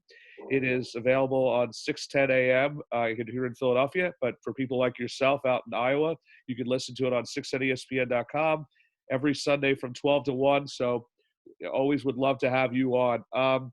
You started UDTV with Steve Watson and Josh Getzoff. Yeah. Josh Getzoff, I remember. Do you feel, my question for you is do you feel like that kind of propelled you to be, I guess, kind of like, I know you said you've been in kind of like an up and down type road. Do you feel like that was like the first of what was the beginning of your path that you chose? I do. And I do because starting a sports broadcasting club at our high school gave us an opportunity to call all these different sports: basketball, football, hockey, lacrosse, field hockey. I actually didn't broadcast baseball because I played in high school at that time. So just getting those natural reps and knowing deep down that I wanted to do baseball, but getting those natural reps in the other sports kind of made me think, man, if I really enjoy doing this for a field hockey game in 34-degree weather, then I'm really going to enjoy it during the summer broadcasting baseball at a stadium. So, yeah, I think that definitely piqued the interest for me, kind of solidified going into sports broadcasting and just rationalizing that I wanted to do baseball because it was my favorite sport. And, I certainly kudos. You've certainly come a long way. And just, Dave, one quick to Sam and Aaron, if they could kind of share on what was their kind of like defining moment where they thought, man, this is really where I want to be a broadcaster. And what was the first path I took to become the voice of the Padres and then, of course, to be the voice of Amarillo. And gentlemen, feel free to chime in. Whoever wants to go first. Doesn't matter. All right, thank you. Yeah, I guess we're not going to do that. No, we will. Go ahead. They will. Yeah, I had a pretty interesting journey to becoming a broadcaster. When I went to Northwestern, I was not in Medill. I had never broadcasted anything in my life. But there are two main events that I look back at now that contributed to me entering it at Northwestern. And one was me not making the club baseball team, because it made me think about other things that I wanted to do with my time at Northwestern extracurricularly. And number two, I can remember the first time I was ever on air. It was a Sunday night show called The Sports Voice that we did at WNUR at Northwestern. And I remember it's a talk show. I mean, I was awful, whatever. Or even, it might actually the first time I was on air doing one of the updates, during the afternoon and one of the news shows. But I remember that feeling. And I think a lot of you in here can relate to this. You get that buzzed feeling about it that really only a job you love and something you truly care about gives you. And I've never forgot that feeling. And I remember walking out of the studio having that really buzzed feeling. And that was the first time that I really experienced that with anything I ever did. And, it took me time. I didn't go right into Medill. I mean, I was pre-med when I got there, and it kind of took some convincing, and I was taking chemistry during the day, taking the journalism classes at night. That was before I ever was in the School of Journalism. But for me, it was a unique path. I was not somebody who was with a toy microphone in my hand at 5 years old. I just wasn't. And I know a lot of people are. For me, it took me a while to get into it, realize it was something I want to do, and then ultimately decide to really go for it. And from that point, I haven't looked back. And for me, I went to University of Connecticut for undergrad. And before that, at my high school in Franklin, Massachusetts, I had a history teacher who knew that I was into sports, and they said, "Hey, I'm the girls basketball coach. We already film these games anyway. Let's plug in a microphone and have you broadcast the games as well for local access cable." And I had a blast doing it. And so when I was applying to colleges, I applied to schools around me in Massachusetts that were all Division I programs, and just thought, okay, do I want to go to UConn, UMass, Quinnipiac, Boston College, and ended up settling on UConn. And within a week of being on campus, I did men's soccer, UConn against South Carolina, which was a top 15 matchup that year early in the season. And I had that feeling that Sam described, that you come away, and even though I had done the games at high school with a microphone plugged into the camera, it was walking back to my dorm after that game. I can still remember it. I mean, I remember walking back to my dorm after that and being like, this is going to be the thing.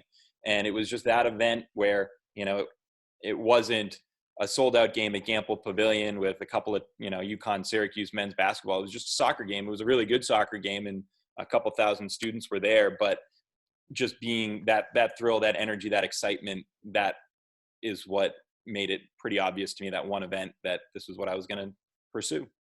Congratulations to all of you on your career. Alex, if there's ever anything you ever need, I'm always a phone call away, buddy. Congrats. Us UD guys got to stick together, brother. I appreciate it, bro. Thanks for hopping on. And thank you, Dave. I appreciate the kind words. Of course. Congratulations, Alex. I mean it. All right. Thanks, Voice. Really appreciate that. Guys, let's go to Jed Weisberger. Jed covered the Yankees for a number of years, and Jed is with us, brings a big baseball background. Hello, Jed. Dave, how you doing? Another good production. This has been great. Thank you very much. What I want to say to these three, a couple things real quick. First of all, for Sam, congratulations. I remember doing an MiLB story a bunch of years ago when the Dilla Villa was going to be demolished, Potter County Stadium, and you've come a long way since then. And congratulations to yourself, the Padres, and everybody that's done a great job bringing organized baseball back to Amarillo. Adam, you sound great, and Alex, you sound great all the time. I want to ask you a tough question, which we really need to talk about. Your three teams are all solid monetarily and are safe, even if the 2020 minor league season is not played. But with 40 teams on the chopping block, have you followed what has been going on with Major League Baseball and minor league baseball with the changes they want to make to the system? It won't affect either of you three people, but it could affect a lot of cities and a lot of teams. Yeah, it's hard. It's hard not to follow that. And I don't know, as somebody who's kind of jumped around from level to level, and I think I talked about this before, going from Australia to Idaho Falls, that summer in particular kind of reestablished my love for the game of baseball. And Idaho Falls Rookie League, that's one of the 42 teams that might be getting contracted. And it's hard not to take a personal sense to that, because I went up there that summer, and baseball is so integral to some of those communities, not all, but some. And going to a game in Idaho Falls where it's July 4th, it's completely sold out, and everybody from the stadium after the game walks to the river, watches fireworks, and it's the largest public gathering in the state of Idaho that night. That's kind of what baseball, to me, in a romantic type of way, should be like. So, yes, there are conflicting emotions when talking about teams that could be contracted. But on the other side, Sam and Adam, I'm sure that you guys have been to minor league facilities like I have that aren't up to snuff security-wise, that do have lips in the infield where your $3 million bonus baby could take a ball off the eye and be shelved for a year, a career. And I understand that not every single minor league baseball stadium is like Charlotte or like Amarillo or like Iowa.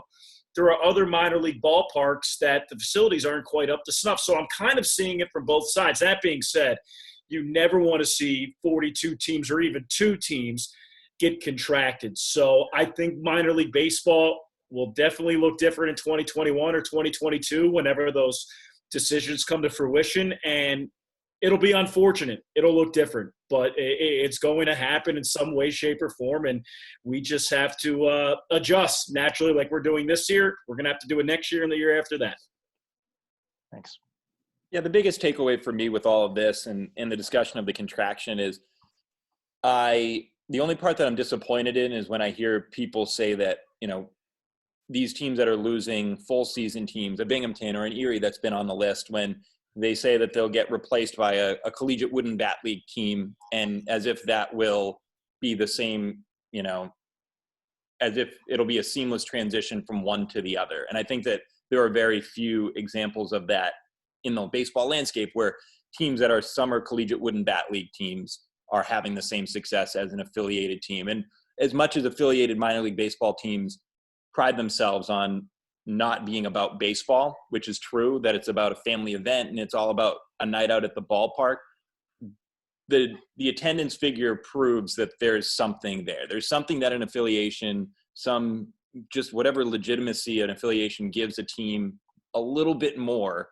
that for some of these markets where they would drop down to a wooden college bat team, that's a little disappointing whenever I hear that mentioned, as if, oh, these markets will be fine. They'll drop down to a wooden bat league. There'll still be baseball in these markets. And I don't think we've ever seen that proven out where these teams can drop down and revenue and fan support will be exactly the same. There are a few markets where that's true. Thanks. Yeah, the only thing I'll add is the first thing I think about with the potential elimination of the 40 plus teams is just the broadcasting jobs that won't exist anymore, especially for a lot of the college broadcasters, the recently graduated broadcasters. Maybe we even have some high school folks in here too, or not. It doesn't matter where you are in life. Those are really, really good opportunities to get your first step into affiliated minor league baseball, into baseball broadcasting in general. So I think about it a lot from the broadcast perspective. It's going to be unfortunate, and I think it's going to potentially change the landscape of minor league baseball broadcasting in a lot of ways. I mean, you're talking about 30 to 40 broadcasting jobs that will not exist anymore if those teams don't exist. Now, Adam makes a good point. Maybe some of those organizations are going to become different things, and those become opportunities in some way, but those are things we don't know right now. So that's the unfortunate part to me, is not just the broadcasting jobs, but the teams being stripped from their communities, and really people losing their jobs in general. I mean, front office employees, broadcasters, those opportunities for people to get into the sports world. It's unfortunate, and it sounds like in the next year or two it will be a different landscape, and like Alex was saying, we're going to have to adjust. I thank you guys for your honest answers there. And I remember the Thunder when both Tommy McCarthy and Andy Freed, Tommy with the Phillies now and Andy with the Tampa Bay Rays, worked together. And you guys all being at the AAA level at your age and stuff, be proud of that, because you're one step away. You never know. You could be the next person like Tommy and Andy to get there. And I wish you guys the best of luck. Thanks so much. Thanks, Jed. Thanks, Jed. Continued health to you. And Susie, here's Kai Dombach. And guys, if you don't know Kai, he's calling in from Germany. Germany. Yeah, I saw that in the side that he had typed that in from the Bundesliga. Thank you, Kai. Yeah, in Deutschland. But I'll be speaking in English, obviously. We thank you for that. Yes. Yeah.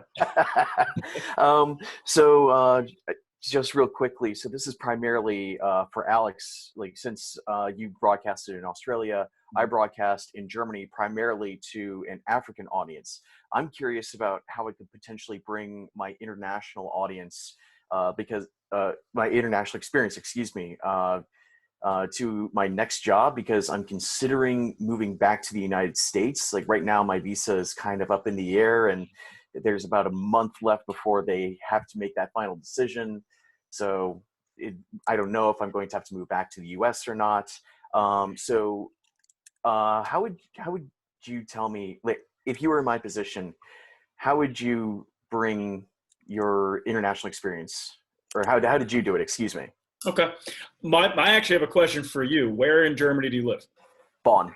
Okay. My brother lives in Hamburg. I was there in January. So that's excellent. Very cool. But so you're seeing now in 2020 international baseball going back to the Olympics. You're seeing the Premier 12 tournament. You're seeing the WBSC run, all these type of events, U18s, U23s, U15s. And it's not just from the Dominican Republic. It's not just from Venezuela. It's not just from Mexico.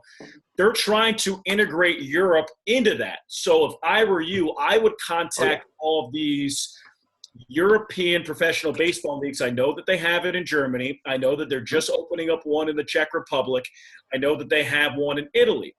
So I would contact all those organizations and just be like, do you guys have a broadcast? Is it an English-speaking broadcast? And a lot of it now, especially because of coronavirus, they're doing things based off of a monitor. So you could call those games in English based out of your own living room, just because you have a European baseball landscape. So that's what if I could just say something, I actually do commentary for the Bonn Capitals baseball team. That's awesome. I've been doing that for about 2-3 years now. And last year we had the European Baseball Championships here in Bonn and Solingen. And of course I was on a few broadcasts there as well. Yeah, so I would use that because you're not only broadcasting German baseball, that is from an international baseball landscape. So anytime that there are WBC qualifiers, Olympic qualifiers, U15 qualifiers, especially now with baseball becoming so global, there will be broadcasts for that, whether it's an internet stream, a radio broadcast. I would find the entity that is trying to put that on, country by country, and contact those entities, especially in Eastern Europe, and just be, hey, here's my experience in Germany. I know the international baseball landscape, especially from a European perspective, and that's not that common. You'll have that for Asia, you'll have that for South America, but you don't really have that in Europe. So try to contact those individual entities and just make yourself indispensable. Mm-hmm.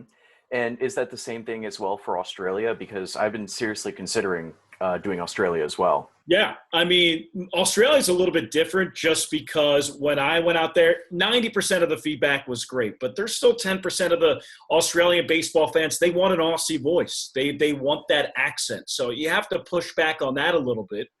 But yes, I mean, especially with the ABL trying to integrate new prospects from the Netherlands and from Italy, then yes, I would say if you email the ABL league office, or if you email the Sydney Blue Sox, it'd be, hey, I'm an American-speaking broadcast. I'm from Germany. I've been broadcasting German baseball. Do you have any opportunities here open in Australia? Just because I do broadcast baseball from a global landscape, that would certainly put you on their radar in a different capacity than a normal broadcaster. Okay. I mean, I already sent an email to the league, but I didn't get anything back. So I'll just start sending some emails to the individual teams, the general managers, and the directors of baseball operations. Somebody will give you an answer. It might be a no, but they'll give you an answer. Awesome. Thank you so much, buddy. Not a problem. Stay well out there. And one thing I'll add on that, because for you guys, for you three, A lot of people, upon registering for this, ask me about how you guys went about fostering opportunities and how you got gigs. And what I would say to people out there, just some things that I've learned along the way, and I've said this on previous Zooms and I'll say it again. If somebody says no to you, try to, if you can have some more communication with that person, maybe he or she can help you out and find and connect the dots to find out if there's more opportunities in that specific league or conference or a nearby school or small college network, high school. I would, some people are going to give you nasty feedback and they're going to say, they're not even going to get back to you, quite frankly.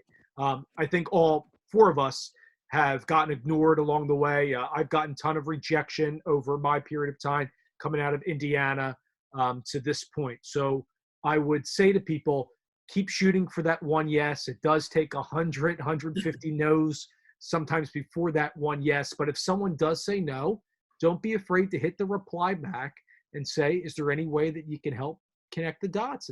And sometimes, like Alex said, you might get nothing, but it's always worth a shot. The worst thing somebody can say is no. And if they're upset for that moment because you wrote them back, so be it. That's my little tangent. Here's Matt Nelson, everybody, the PA voice of the Harlem Globetrotters. Hello, Matt. Hey guys, Adam, it's great to see you again. Sam, it's nice to meet you, albeit virtually. And Alex, I apologize in advance for wearing this hat. You're good. I actually met Steve Klauke, assuming I said that name right, when the Globetrotters were in Salt Lake City back in November. He's one of the best former minor league baseball broadcaster of the year. And a very nice guy as well. And a very nice guy. I have two questions. One is for all three of you, and one is specifically for Alex.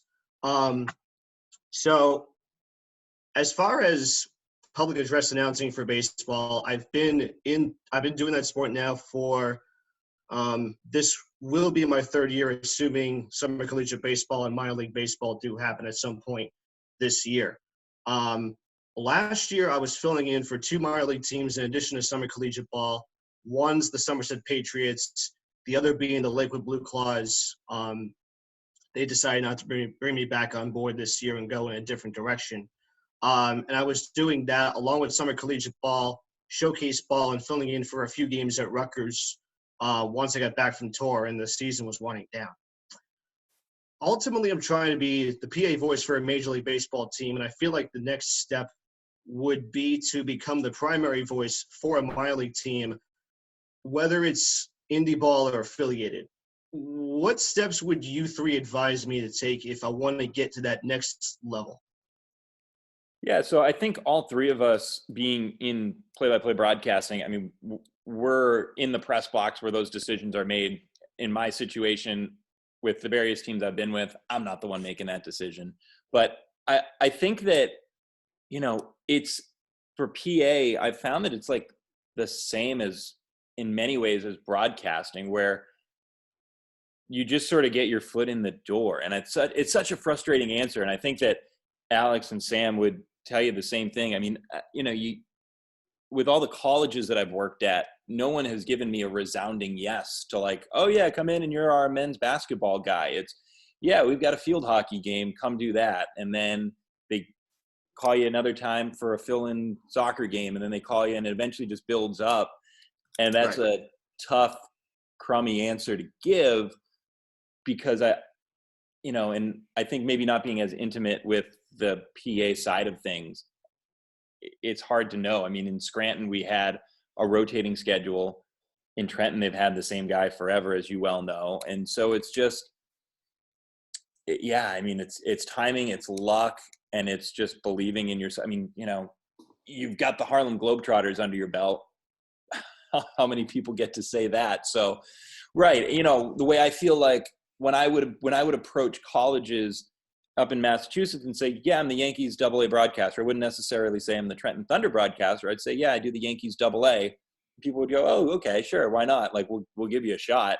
And I feel like based on what I've seen from you is that you've probably used your experience with the Globetrotters to open up some doors at St. Peter's, at all these different places. And it's frustrating. It's a waiting game, but it's just a matter of time before you kind of get that one yes for every 150 no. And I feel like that doors did somewhat open. The Globetrotters opening the door for Lakewood, even though it only lasted 1 year and I did maybe a dozen games. Right. No, but that should, and that's the kind of stuff where you layer it on top of each other. And and when I got my opportunity with UConn, I'm an alum, but being able to say, hey, I'm the Yankees AAA guy, also probably helped at least get my resume and reel in front of somebody who, when we see these jobs get posted, I don't know, the Scranton Wilkes-Barre one, I don't know if it ever officially got posted when I got it, or if everybody just knew that Darren and John were leaving. But when these jobs get posted and it's official, an actual job search for these broadcasting jobs, they get 300 plus applications. So it's a lot of the legwork, and it's a lot of just trying to find these opportunities before they become job postings, which is hard and it's tough and it sucks. But it's the legwork that goes into these things. I think for PA announcing, just making yourself available. When I was with the Bowling Green Hot Rods, I was responsible for putting together the PA announcer list. And we had so many people back out for miscellaneous reasons. Their daughter just got accepted to college and they wanted to drive her down. And you name the excuse, we had it. So there were openings that came up. So, Matt, you're from what, the New York area, New Jersey area? Specifically North Brunswick, New Jersey, so I'm not far from Rutgers. Okay. So maybe at the beginning of the summer, email every single minor league baseball team in a 60-mile radius. Independent ball, minor league ball. You have a bunch. And just say, hey, I don't know what you're doing for your PA announcing. Here's my reel. Here's what I could do. Let me know of your openings. You'll get some back. You might not. And then if you don't hear anything, or if you hear some from some, check back in June. Because at that point, they'll have people who back out. And you might get 2 or 3 people that are in a bind and have an 8-game homestand coming up. And people are going on vacation and might say, hey, can you fill in for this date? You could probably piece it together where you contact 10 teams. You could work for 4 of them at some point of the season, and 1 might stick. Yeah, I don't really have much to add on top of what Adam and Alex said. I think it's like Adam was saying, a lot like broadcasting. You have to put yourself out there, and I think that idea by Alex, if that's something you haven't already done, every baseball season, email every team that you'd be willing to drive to. Say, hey, I'm a PA announcer. I'm available. If you have any openings, I'd love an opportunity. I mean, that's how a lot of people get opportunities in broadcasting and everything we do. So I don't have a ton to add on. I mean, I think those are all really good ideas, and you just have to have that aggressiveness. And, like we've been saying, which has been a theme, that willingness to do it, and that willingness to, if it means driving 2 hours to go to a game at wherever, well, if it means creating that relationship that could lead to more, and you go do it. And Matt, what I would, and this, and I think a lot of people do on here, but I'll just throw my 2 cents in too. I would reach out to the game presentation managers at these schools and these teams, because sometimes you reach out to one person and then they don't want to give you the name of really who's in charge of the hiring. And you worked at Rutgers and other events, so you understand who might be in charge of those jobs. I recommend finding out, simply put, who is the hiring manager for the public address announcing job at X minor league team that yep. Alex, Adam, and Sam are explaining to you. And I think that's a really good point for you. Like if I'm you, I am not emailing the GMs about that, because they're probably not going to answer, and they probably really don't care. I would find director of ballpark entertainment, director of promotions. Those are the people who usually handle that stuff, and probably similar people at athletic departments. So that's a good point, Dave. I find myself constantly emailing whoever's in charge of marketing, promotions, in-game production, and then at the collegiate level, either it's marketing or whoever's in charge of sports information for that particular sport. It all really depends on how they are structured behind the scenes. My question for Alex, since you have worked games, albeit on a different continent. So if I go back to the Globetrotters this year, there's potential that I could be announcing games in Europe for 3 months. And I want to know from your experience, having worked games on the other side of the world, what was it like when you first landed in Australia and you realized you were several hours ahead of your time zone and you're about to get yourself into a totally different scenario where you're, like you said, announcing games in front of people that may not even be familiar with the sport? I viewed it as a life experience. I kind of took a last dance type of approach to it, that if I never broadcast a baseball game again, and 15, 20 years down the road, I am selling insurance, or I'm going door to door, or I'm working as a teacher, that I can say that I went to Australia to call baseball. And you could say that you went to Europe and travel with the Harlem Globetrotters. If that isn't a conversation starter with anybody, I'm not sure what is. So just from a pure life experience standpoint, if you're able to do so, if it's not going to financially burden you, which that does play in, it does factor into the equation. You know, fortunately at that point I had saved up some money. My parents helped me out and they paid for my flight out there.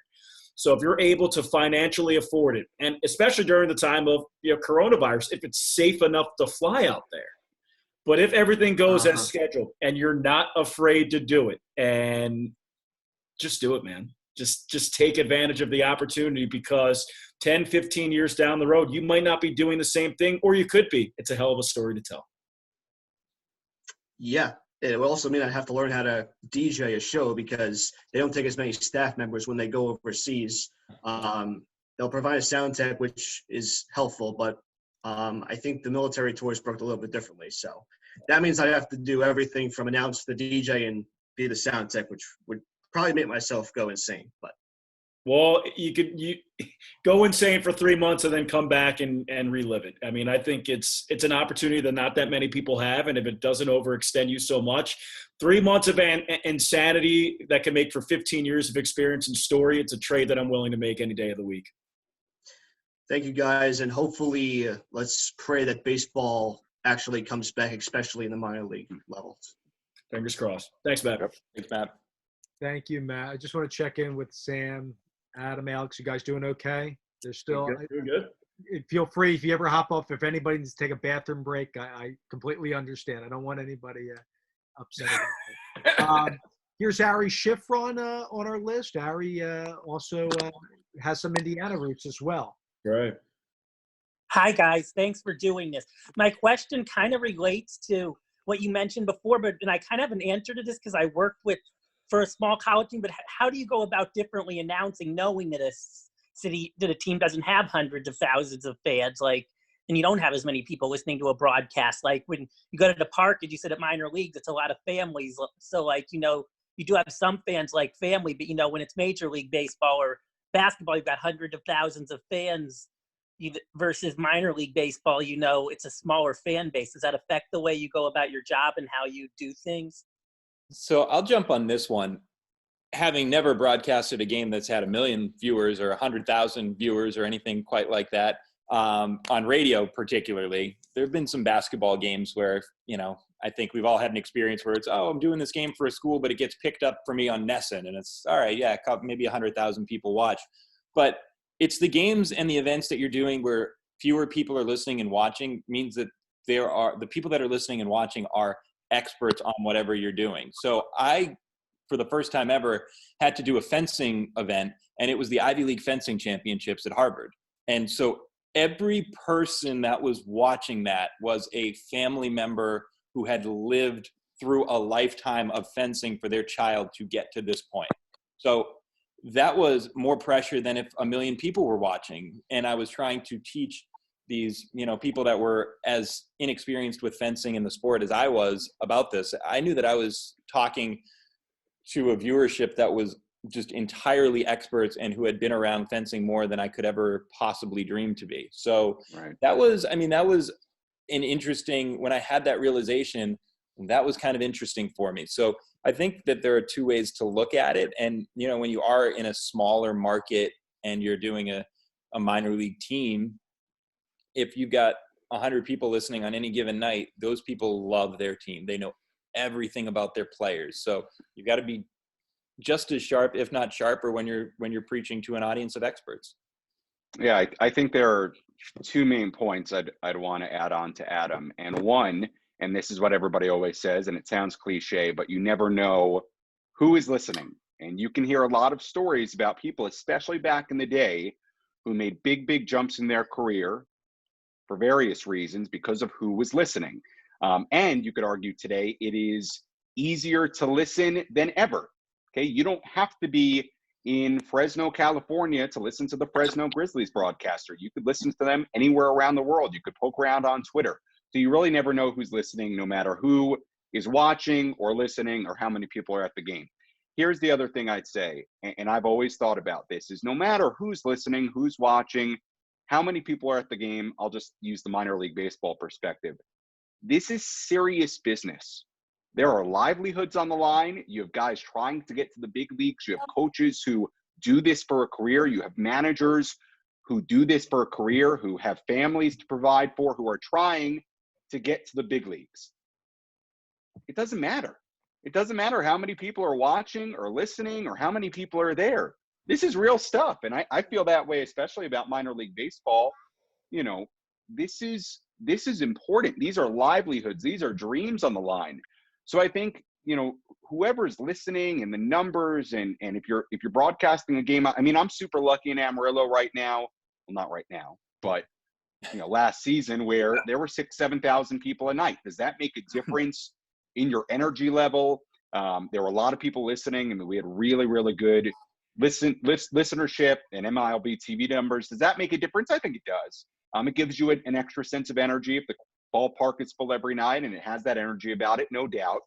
But the bottom line is that shouldn't matter. I mean, this is serious business. I mean, these are livelihoods and careers and dreams on the line.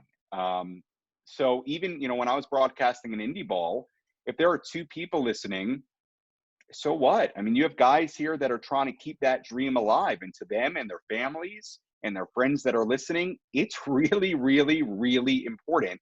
And I think you have to treat it as such.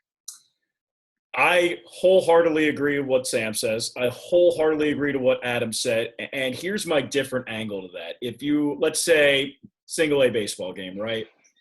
22 people in the stands.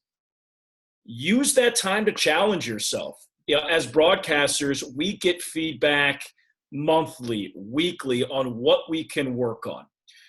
So if you are not motivated by the 22 fans, get motivated by looking at some of the feedback that you've got in the last couple of weeks and be like, you know what, today I'm going to work on trying to correct this. I'm going to fix that. I'm going to focus in on this one thing that I've wanted to do for the last 2 weeks and be motivated that during this broadcast, I'll work on that and I'll master that. You shouldn't need that edge. But if you do, and that's natural, there are highs and lows to the season, try to find something. Try to find Michael Jordan's inner fire. Like, as you said, Michael Jordan's mad when somebody sniffs at him, you know, and that's where he draws his motivation from. Right. So for you, if it's here's one of my experiences. I was in Beloit, Wisconsin in 2016. I think we were on a 5-game losing streak, and it was 31 degrees at first pitch. There were 22 fans there. And I was just, before the game, I was down about myself. But I looked over a critique that I got from a big broadcaster, and I realized that over the last 2 weeks, I hadn't really focused on anything that he said. So I used those last 2 games of the series to read the critique. One day, focusing on one thing. The next day, a next game, focusing on another thing. And those were 2 of my best broadcasts of the year. Just finding that different angle. And Ari, I would say too, if you could focus on that one thing that you can do in your writing, or for those that are broadcasters out there, not 15 things, what Alex just said, work on one thing to improve on the next broadcast. For soccer, sometimes we get 3 games in 1 week, like the 3 games in 8 days, 3 days, 9 days. Sometimes there's just 1 game in a week. And I like to work on one particular aspect of broadcasting, whether it's hosting or play-by-play, and improve on in the next show. And like Alex says, you know, really got to dive into it and remind yourself, bring in a note card, like I said earlier, or something, or you write in your phone, to work on it the next time. It might sound out of the ordinary, might not be the right fit in the moment. You go back and you listen, or you go back and reread your story. It may be better. So thanks so much for your question, and congratulations to your mother again on that award at Indiana as well. Please give her our best. Go Hoosiers. Here's Brian Mermelstein. Hey, Brian. Hey, Dave. Thanks for having me on. As always, Alex, it's good to talk to you in person. Sam and Adam, it's great to meet you guys.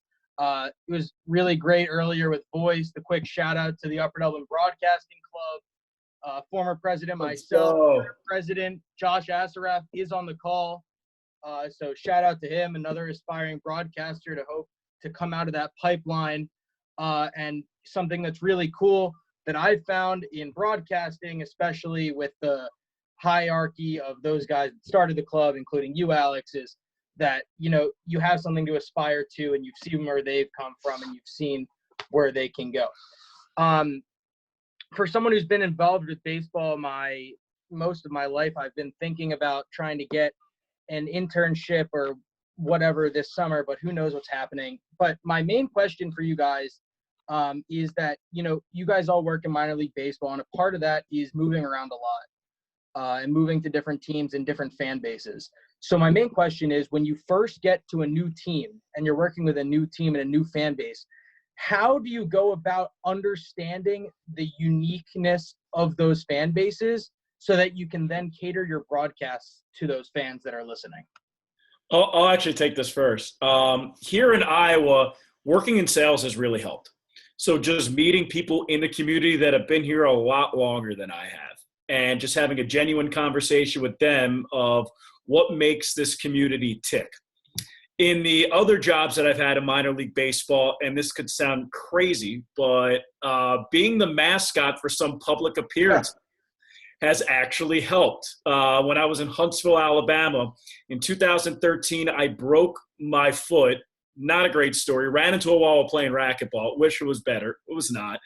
But I was just trying to kind of motivate myself to understand what makes Huntsville tick. People think that it's, you know, this big football town, and it is. I mean, Alabama's a football state. So what they did was they put me in a mascot costume. I was on crutches on the back of a truck during their St. Patty's Day parade. And we just paraded through all these different areas, football stadiums, baseball stadiums.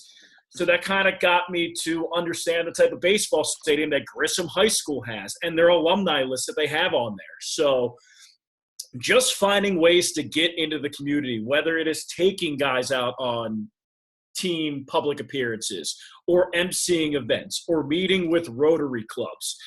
You might think that's a nuisance. Sometimes it is. Other times it's really important. So I would just find any way, whether it's sales, whether it's community relations, whether that's speaking engagements, whether that's being the mascot, of going out into the community and meeting people that are away from the baseball stadium that you go to 140 times a year.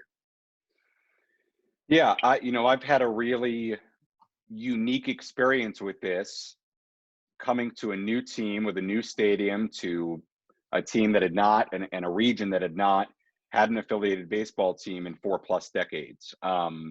So last year for me, it's much like what Alex said. It's kind of that you just got to dive in approach. I mean, I had never been to the Texas Panhandle. I'd never been to Amarillo, Texas before February of last year when I got here. I mean, I've done something that many of you in this chat have probably done, and accept a job without ever stepping foot in that place.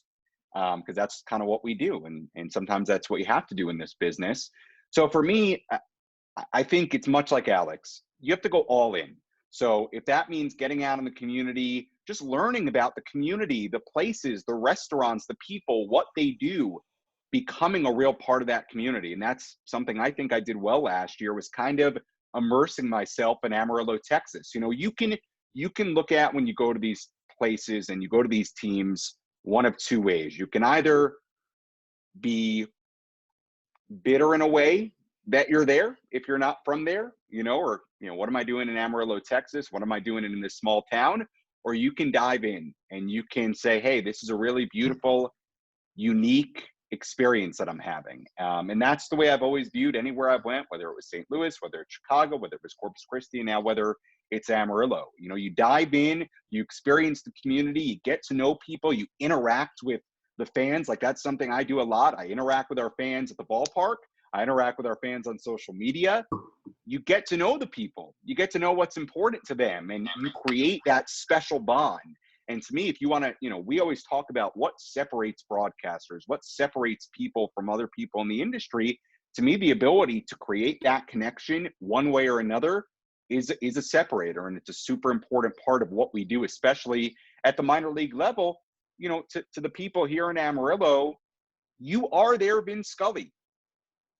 Like, that's the way it is. Alex is the Vin Scully right now of the Iowa Cubs. Same thing with the Rail Riders for Adam. You're the voice of their team. And last year we had a fan base that was so into it and into the baseball, which is rare in minor league baseball, and into what was happening, what was transpiring with this team.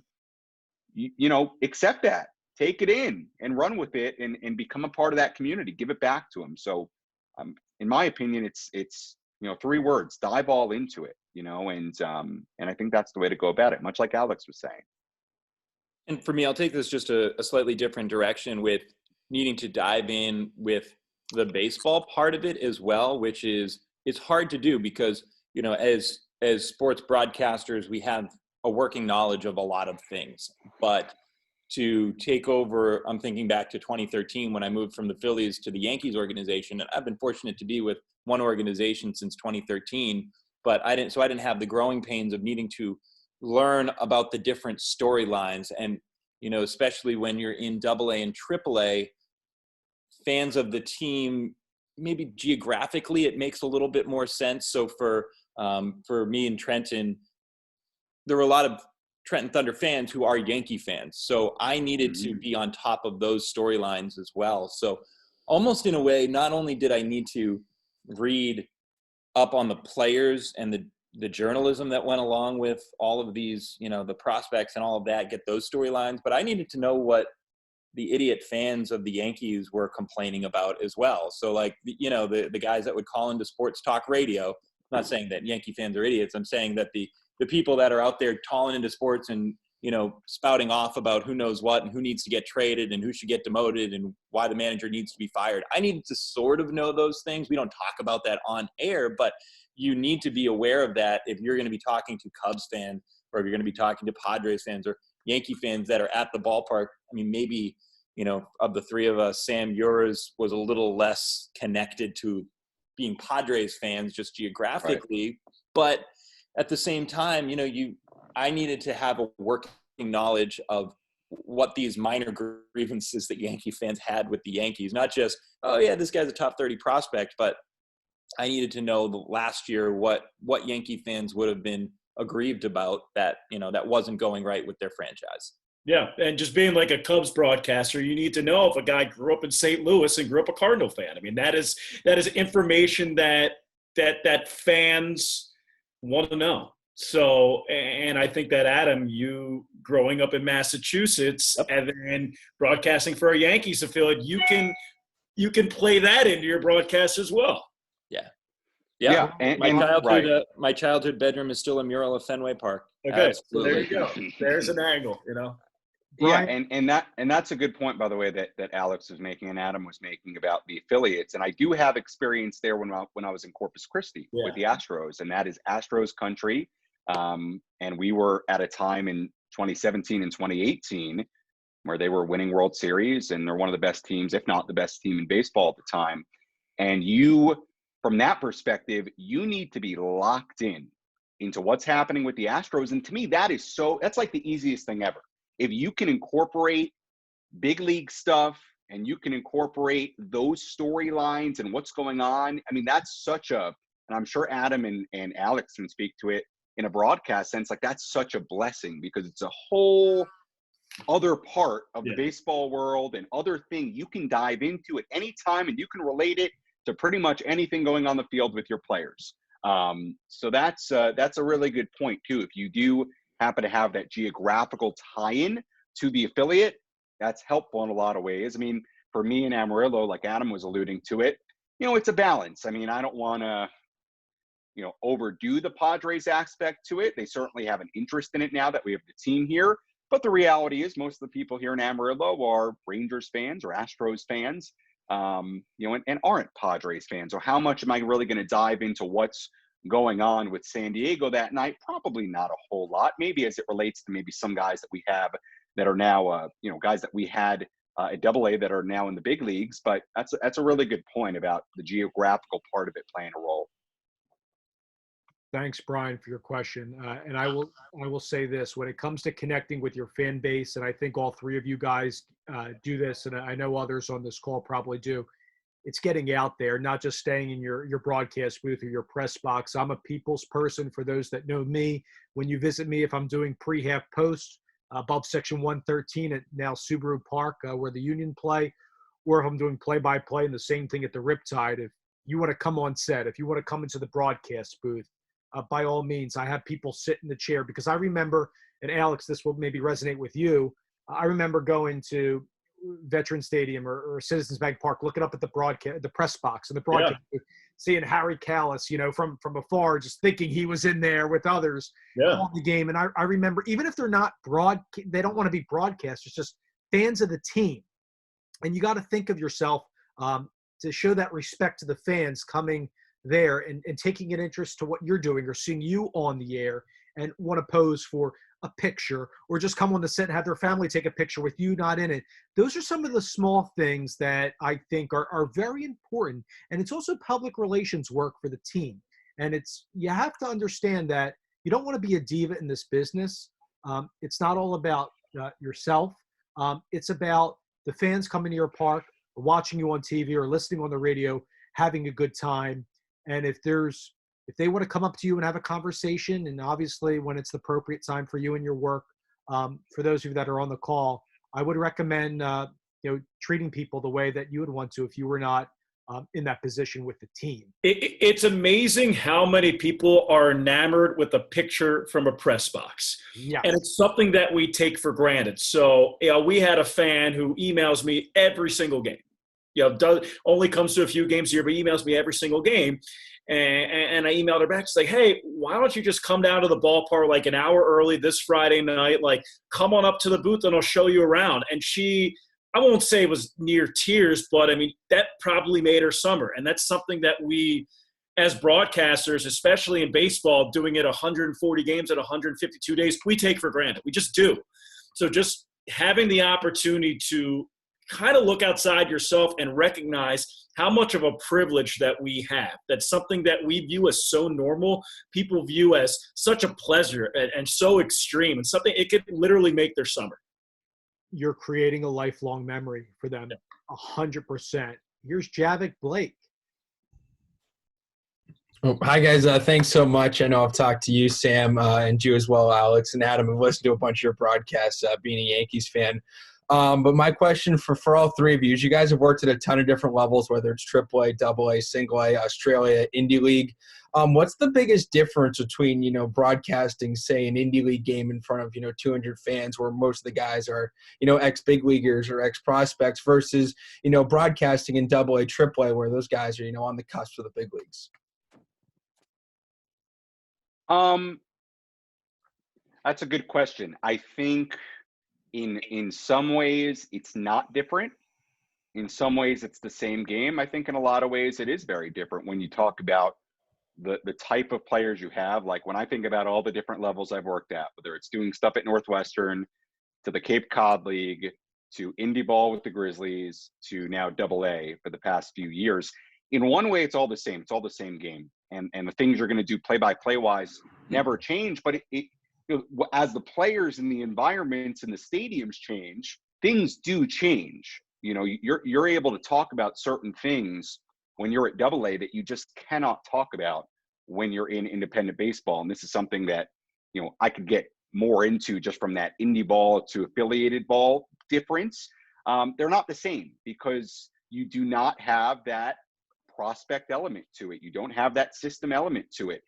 They're really different things. So I think, to make a long answer short, I think on one hand, it's the same game. What you're going to do as far as calling the game, no matter if you're calling it from a press box in AAA to whether you're calling it sitting on a plastic table in the Cape Cod Baseball League on the first base line. Like, what you're doing doesn't change, but I think it does. I think the players and the levels do change the storylines and what you talk about on a night-to-night basis and the stadiums you're in and what you're able to paint a picture of. I think those things do change quite a bit as you go. I agree with Sam. I think that the foundation stays the same. And I'll say you basically still keep your broadcast fastball. You're still describing 60 feet, 6 inches. You're still using the descriptors. You're still painting the picture, the defensive alignment, the shifts, what side of the rubber the pitcher's throwing from, where the guy is in the batter's box, what's his stance like. That doesn't change what level you're at. So you still have your broadcast foundation, your fastball. Now, based on the different levels, if you're at indie ball, you're talking about the guys, how they're going to stick in pro ball, how they're going to make it to affiliated ball. When you're at the rookie leagues and single A, it's sometimes guys that have just been drafted. So you talk about how they got there and how they're going to stay in affiliated baseball and how they're going to move their way up the system. When you're in double A and you're at triple A, it's how they're going to get to the big leagues. So it's just basically split up, in my opinion, those three different elements with the foundation sprinkled in between it. And having never done indie ball, I can't speak specifically. I can imagine how I would kind of build what I call my evergreen list. So every morning when I wake up doing baseball, I think I'm probably not too abnormal in the sense that I'm on my phone before I actually get out of bed and scrolling through Twitter.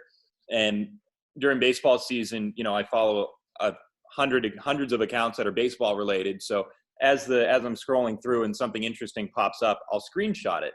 And so by the time I'm at the ballpark that day, I've probably screenshotted 8 or 9 things that I will then jot down in the margin of my book so that when the broadcast is getting slow, when the game is getting slow, inevitably, that you go, okay, rather than trying to think of something off the top of your head, what do I talk about here? You can just look down at your cheat sheet and have that. So when I'm thinking of indie ball, you're right, you don't have that logical affiliation to fall back on, especially with Trenton and Scranton Wilkes-Barre.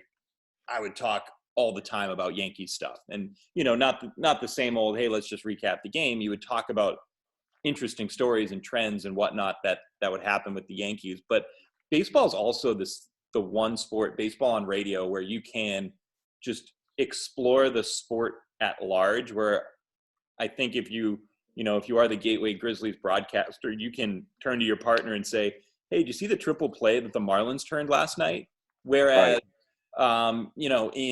if I'm doing a UConn football game, maybe we bring up something in the American Athletic Conference that might have happened if Central Florida is making a bid to be an undefeated team this year. You might bring it up in your broadcast, but there's no time. There's really no time to just sort of weave it in, whereas baseball there is. So I think that even if you're doing Legion ball, maybe talk about the big league game that's going on in the area closest to you, but there are, there's the opportunities to kind of bring in other avenues of the sport where you can have a little fun with creativity, whether or not you're indie ball or whether you're in affiliated ball.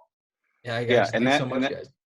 Yeah, and I'll make couple more points on what Adam said, and I know we have more questions, so I don't want to take too long. But one, like Adam was alluding to the Grizzlies, we were in indie ball, but we were 10 minutes from Busch Stadium in St. Louis. Cardinal, we were an indie ball team, but the Cardinals are a huge part of the daily discussion. So you better believe I followed the Cardinals. We talk about prep and things like that. No matter whether you're in indie ball, you're rookie ball, you're in the Cape Cod League, you're at AAA, whatever it might be, having the overarching themes, like Adam was saying, those evergreen things, like he's saying he wrote down in his book or a list of things. Like he's going to show you his book. I have nearly the exact same thing. This and up here is usually the part of my book where I have notes about, it could be, I have Amarillo and Midlands, their final 25 regular season games, their records, their offense and their pitching numbers overall during the regular season. This is a playoff game. But then I have like random things to talk about and things I can always go to really at any point in the game. And like one thing I always did, and I was so annoyed with the Baseball Tonight podcast when they stopped doing their daily scoreboard last year, because I would listen to that every day and it would update you on what was going on everywhere in the big leagues. Like to me, it was the greatest thing. You could wake up in the morning and listen to it and have a really good idea of what was going on, what happened that past night. And they stopped doing it. But that was always part of my prep to just even listen to that 20, 25-minute show. So you just, I mean, that's part of the prep. I mean, you're talking baseball, so you can, you know, if it's a 12-1 game in the third inning, maybe you pull a couple of things and you just start talking about stuff, you know, and maybe it has nothing to do with your region or your team, but, you know, you pull stuff from the big leagues. And I think that amount of prep, those are things that stand out as you go on. Thank you so much. Really appreciate it. Thanks, Javik. Continued success to you. Here's Christian de Guzman. Hello, Christian. Holding this, and you know, for Sam, Adam, and Alex, thanks so much for sharing some of your opinions. Sam, I'm kind of following your path a little bit because, as you can see, I went to Syracuse, but I didn't realize I wanted to do play-by-play or broadcasting until my junior year in Syracuse. So I got a pretty late start in my broadcasting experience, and because of that, I really only have collegiate baseball experience up in New York for the past couple of years, and I was going to go back to another league in New York to do collegiate baseball this summer before it got shut down because of the whole coronavirus situation. And so because of that, I've been trying to apply to whether it be independent baseball or minor league baseball, and still necessarily haven't gotten responses back from teams in terms of, you know, maybe setting up more interviews when I've sent out applications. So my main question to you guys is, when my resume necessarily isn't the strongest, how do you emphasize the content that's in your reel, your cover letters, or your follow-ups that can make you seem like a better candidate for the employers, not necessarily just in the minor league, but in the other realms of baseball and the broadcasting world? And if you're going to cold call some of these employers, for lack of a better term, like send out an email to a hiring manager or a GM, what's the most important content to emphasize to them that shows that you're a quality candidate for their jobs that they may have? Yeah, I mean, there were a few questions in there, so I'll try to quickly get to some different points, and I think Adam and Alex would have good perspective on this as well. As far as the most important part of your application or your email, to me, it all starts with your tape. Like, we can talk resume, we can talk your interview, but if you're being evaluated for an on-air job, your tape is the first thing I'm going to click on. And the first 2-3 minutes of your tape is the first thing I'm going to listen to and the first thing I'm going to evaluate you by. I mean, I haven't hired for a broadcast job since I was with Gateway, but, you know, and I was kind of a different, you know, as a younger Sam, not too much younger, but, you know, I kind of would look for different things now. But I think your tape, first and foremost, look, it's our resume. I mean, right? I mean, I think Dave, Adam, anybody in here who's applied for jobs, who's been in the business for some amount of time, that's your resume. That's all you got. Your tape speaks for itself. So that's I think the most important part of it.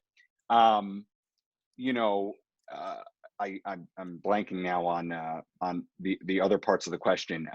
The tape is the most important part to me.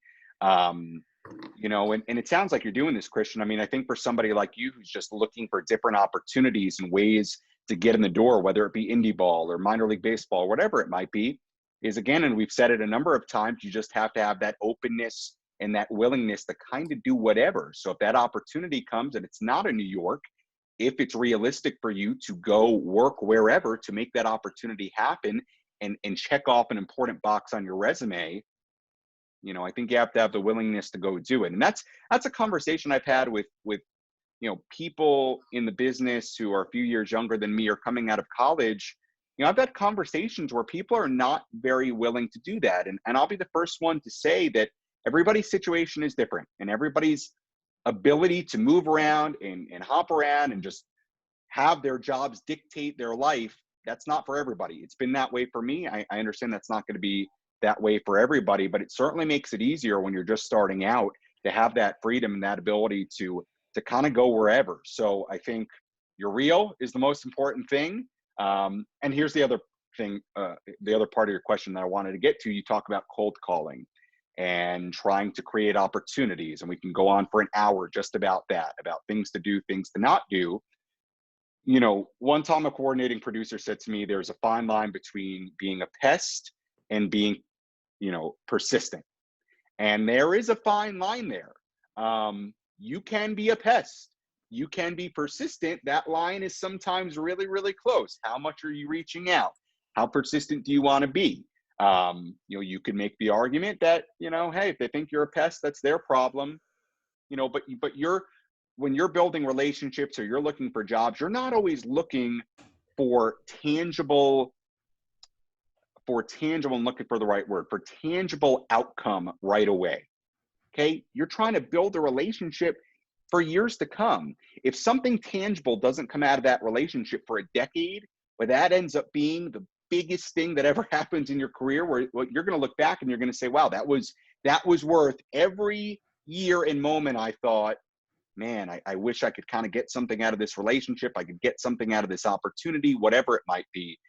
So you just have to be mindful. And I think you have to feel out the situation and the person, and kind of straddle that line between being persistent and not trying to be a pest to people. Because once you cross over into pest territory, it can sometimes be kind of hard to come back. So I know there were a few things in there, but those are my rambling thoughts on those. So I'm going to jump in and kind of pick up some of those pieces, and what stuck out to me, just with your story, is we've mentioned Aaron Goldsmith, I think, already on this chat, and he's somebody that's carved out an unbelievable opportunity for himself with the Seattle Mariners and doing stuff with the Pac-12 network. And so for Aaron, he was somebody that, knowing his backstory a little bit, he studied history in college and didn't end up doing any broadcasting at all until after the fact. And just like, you know, I think faster than even he would have imagined, he got an internship with Portland. He got an opportunity a couple years later with the Pawtucket Red Sox, and 1 year there, and then he was with the Mariners. So, you know, there are certain people that you listen to and you know immediately that that person is incredibly talented. It's just like when you watch an athlete and you look at Gleyber Torres on the field in AA and you go, all right, well, that's a big league all-star. I mean, there are some guys that they get on the mic, that's their home. That's natural for them. And it's taken more reps for me to kind of get where I am. Aaron Goldsmith didn't need that many reps. He was just very good. So I think the point to all of that is just that the tape will speak for itself, that, you know, you're only as good as your tape says you are. It goes both ways, because if you just happen to have one really, really good broadcast where you nail a call and you kind of hit everything that a GM is looking for, that's the, you know, and you submit that tape, then that's your one yes. When I got my job in 2012 with Lakewood to be their assistant, I only got a job offer from Lakewood, and I was applying. I interviewed for the Palm Spring Power, I think is what they were a summer bat team. The Wenatchee Apple Sox was another one. And so when you look at all those no's, and then I look and I think, why did the team with one of the best attendance records in Single A say yes? I mean, I should have gotten a quick no from Lakewood and maybe gotten an opportunity to do wood and bat out in the state of Washington. But instead, I got an opportunity in affiliated ball, and that was my one yes. So, you know, you hate to say that it is so subjective, but that is kind of, that's the nature of it. But that works to the advantage of somebody that hasn't done it for 4 years in college, that if you put a good tape together, then all of a sudden you can compete and you can be right there in those same discussions with people who did it for 4 years. Yeah, your tape speaks the loudest, and you need to put that tape together in an attractive way, and you have to be confident with that. My other piece of advice is read the job description, and that's how I got the Iowa job. So the Iowa job, I mean, I knew through people in the PCL that their broadcaster was taking an assistant general manager position. And I looked at the job description that they wrote out when he took that job on the last day of the season, and it said broadcast, obviously, but then it said sales, and it said travel coordinator. So immediately I knew that they were going to get a bevy of broadcast samples, 100, 200 great broadcasters. And probably the top 50% of them, you wouldn't be able to discern who's better. Like, you could listen to Adam, me, and Sam and think that Adam's the best. Dave can listen to me, Sam, and Adam and think that I'm the best. Somebody else can listen to me, Sam, and Adam and think that Sam's the best.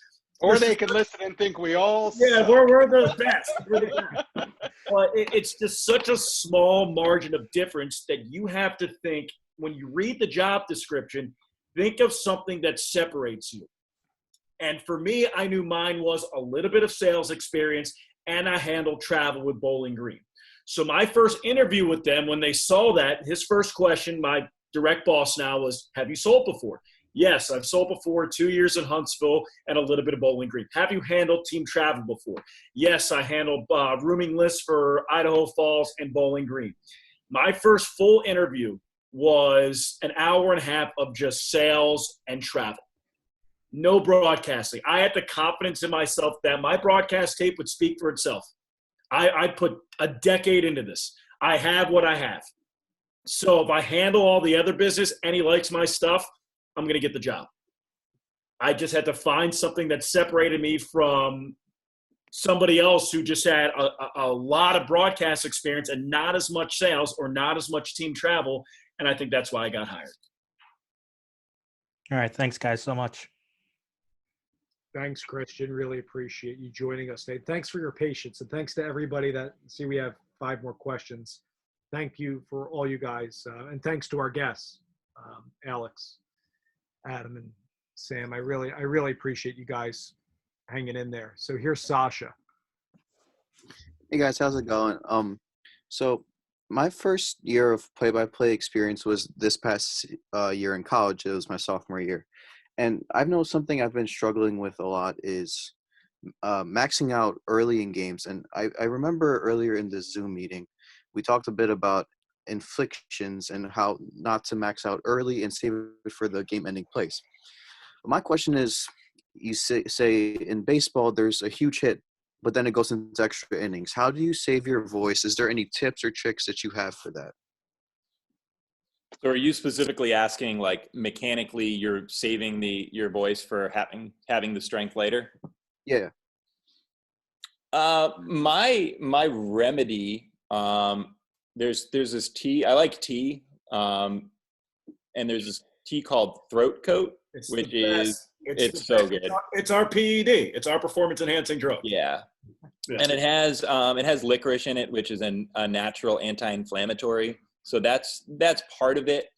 But I think that you also, the more you do, I remember, I mean, this is an issue that we all had, and it feels like there's no light at the end of the tunnel. But I think you also then learn how to speak differently and how to conserve your voice and, how to not blow out your voice. Because I think you make a big call, and if you're making big calls throughout the game and your voice starts to feel it over the course of the game, I think you realize that, okay, maybe those probably aren't the calls that sound the best when you listen back to them. If you're maxing out your voice in a way where it strains it, that's not good. I mean, there's a difference between projection and straining. So I think that was just something that I learned over time. And really, I mean, the way and the place that I had to learn it the fastest was when I was doing college hockey, and you were in these 30-degree barns for 2 hours before the game, and then you had to call this really fast-paced game for 2 hours after that. So that's one way that I think if you're struggling in your first year with thinking, man, my voice isn't holding up, as long as you're using that to fine tune your projection and trying to guide yourself towards a better usage of your voice, I think that, that's part of the natural process. But Throat Coat tea as well. Throat Coat tea, definitely buy it. We should have a sponsor for that. I just started drinking it last year, and it saved me. Like, it literally saved my broadcast life. What has helped me is, I think I realized that my natural adrenaline during a 3-hour broadcast, or even a basketball broadcast for that matter, is high. So whatever chance that I get, and for baseball it's a little bit easier because you have inning breaks. Before every half inning, I take a deep breath. a 3-second breath just to center myself. And that might sound cliche or weird, but that balances me out. That brings me down from a natural 7 to a 5.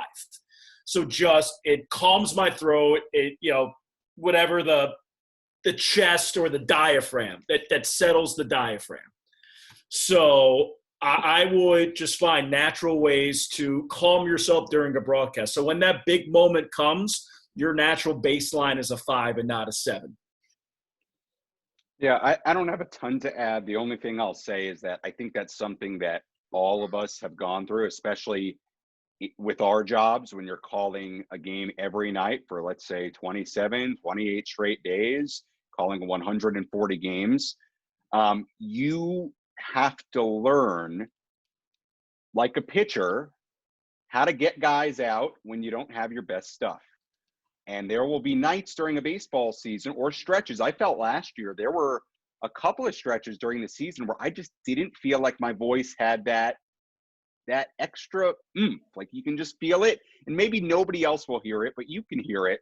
And I do think that's an important part of doing baseball. And I'm sure if you spoke to most major league announcers, they would say the same thing, is that, you have to learn how to, like, when you don't feel great or you're tired, you're rolling at 9 a.m. and you're at the ballpark at 1 and you got a game through that night and you are literally exhausted. How do you get through it? How do you make it so nobody notices? So only you feel that, but nobody else feels that who's listening or watching. And I think that's one of the real benefits of doing minor league baseball from the pure baseball perspective, is you learn how to do that. You learn how to quote unquote get guys out without having your best stuff, just like somebody would on the mound. So that's kind of my 2 cents. Yeah, it's try to broadcast your quality start when you don't have it. 6 innings, 3 runs, it gets you through the day.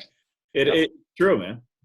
It is funny. I think to the Philadelphia Eagles broadcaster, Merle Reese, who says that on Saturday nights he doesn't go out to eat. I don't think he lets his wife play music in their house. He wants nothing that would force him to strain his voice so that he's ready for the next day. You don't have that in minor league baseball or major league baseball, any baseball. I mean, you're just going, it's not one night a week, it's every single night. And so, yeah, there's a point where you just gotta dig deep and find it. I appreciate the answer, guys. And Dave and everyone, thank you so much for such an informational session. I appreciate it. You bet, Sasha. Join us, Sasha. Thanks, Sasha. Here's Tanner Bickford. Hey, Tanner, thanks again for your patience. So thank you guys once again for doing this. This is the first event of anything of this sort that I've ever done or been part of. But anyways, so I'm in my first full-time broadcasting job, and I'm in a small station in Denison, Iowa. And it's sort of a, all hands on deck station. So I'm the news director, assistant sports director, and I'm similar to Sam, as apparently several are, where, I thought I was going to coach football my whole life. So I didn't realize until about graduation of college that actually I want to take the sports broadcasting route in college.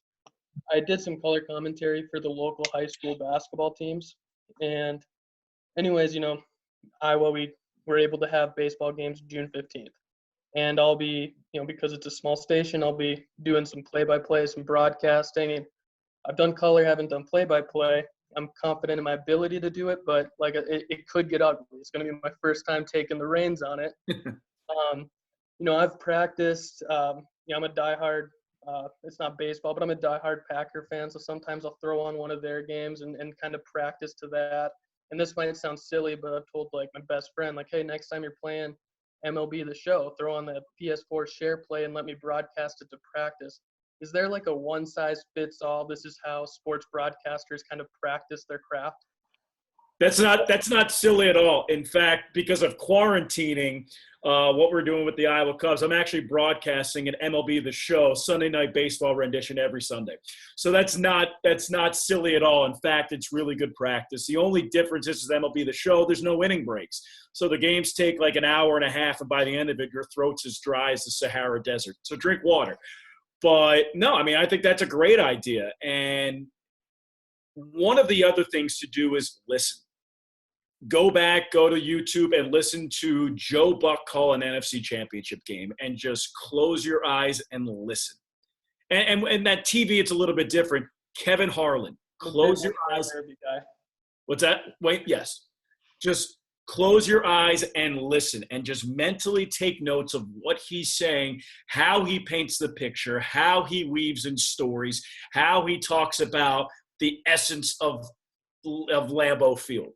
So while I do think that, turning on the MLB The Show and calling the games gets you great tape, and going to your friend's football game and doing that does it well, and putting on a video, listening also helps too. Thank you.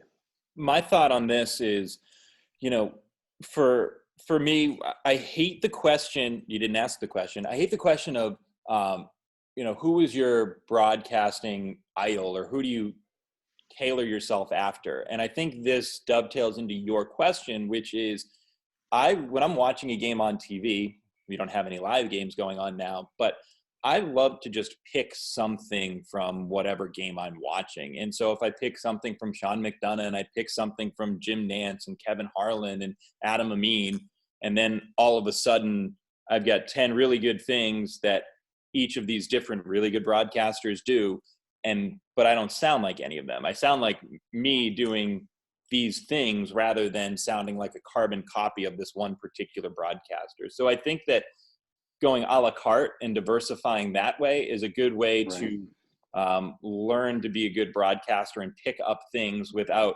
deciding, this is my favorite guy, this is the be all end all, this is what I need to do, this is what I need to sound like. And it allows you to analyze and evaluate things more critically. The only thing I'll add on to what Adam and Alex said is we can talk about MLB The Show, you can talk about listening to different broadcasters, watching different things, but nothing will imitate that experience like actually doing it. So the first time you do it, let it rip, and see what comes out and take it from there. I mean, we've talked about reps a lot. We've talked about getting the right reps. I think at your point, I wouldn't even worry about the quote unquote right reps. If you have an interest in play-by-play, you have to do it. And that will go for anyone who ever wants to do play-by-play. It's really for anyone who wants to do anything. You want to do something, you want to be great at it, you want to do it, period, at a high level, you have to get the reps to do it. So I would just, my advice to you in somebody doing play-by-play for the first time and getting their first reps was just really be present. We talked about writing things down in your scorebook, or coming in with a 3x5 note card of things you want to do. Like, it made me go into one of my scorebooks and find like where I've written before. I don't know if you can see it. Be present, be happy. Okay. Yeah. And that would be my advice to you. Be present and be happy. This is a job that's supposed to be fun. I think a lot of us forget that sometimes, that this is supposed to be fun, and just be present. Don't check your phone. Don't, just be there and see what comes out. And that, those two things, be present, be happy, would be my advice for anybody that was about to do their first game. And say the score. Yeah, say the score. I'm really impressed we've gone over 3 hours and we haven't said that yet. That was the one thing. That was the one thing I was going to tell myself I wasn't going to mention, because I figured everybody else would. Good. Yeah. Well, Sam showed his scorebook, and on the top of all my pages, it's say the score, because I don't do it enough. And if I think that I'm doing it enough, I need to do it more. Say the score. Yes. So, Tanner, thanks so much for the question today. Really appreciate you hanging in for the session. And I would say, and I mentioned this, guys, on the last Zoom, in addition to saying the score as often as you can, and even more so, I would say identify who the team is at bat more often than one would. And I would say, as it applies to maybe the college basketball games I do, if I'm doing it for radio, identify what teams bring up the ball. And I said this before. I was listening to a tape, and they were great at describing all the players. I had no idea what game I was listening to. And it sounds elementary that we say the score more often. Maybe I'm bringing in more player team identification. I think that helps, especially when you're driving the car. I listen to some of who I think are some of the best radio announcers, TV announcers when I'm at home. I guess that's, you could see the score there. But when it comes to radio, I think everybody, including myself, can get better on that form. Here's Mark Schwartz. Mark, I believe, is the play-by-play voice of the Somerset Patriots. made a fantastic grab that went viral as well off of I was his going to say, foul ball. Sports Center legend. That's right.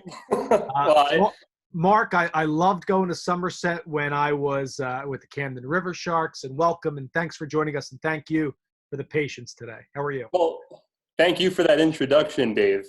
This is the first time that I've done something like this, and I've loved it. And for all of you guys, Sam, Adam, and Alex, it's really a pleasure to meet you guys for the first time. This has been so great for me to watch. I do have two specific questions, one for you, Alex, and one for you, Sam. Adam, I'm sorry. I love your work, but I don't have a question for you. I'm sorry. That's fine. So a lot of my day revolves around things that aren't focused on broadcasting, specifically sales, specifically social media and video production. So much so that it feels that broadcasting, at least from our organizational standpoint, is like the fifth or sixth or seventh most important thing that I have to focus on a daily basis. A lot of my focus is on sales and specifically marketing partnerships. So specific for you, Alex, how do you find the time to carve out time specifically for sales calls? I was going to ask you about the sales process in your interview with Iowa, but you already referenced that. So my question to you is about when do you find times, maybe I know mostly during the off season, but when do you find time to make your sales calls that the organization might need? And for you, Sam, also I'm from Long Island, so Syosset native.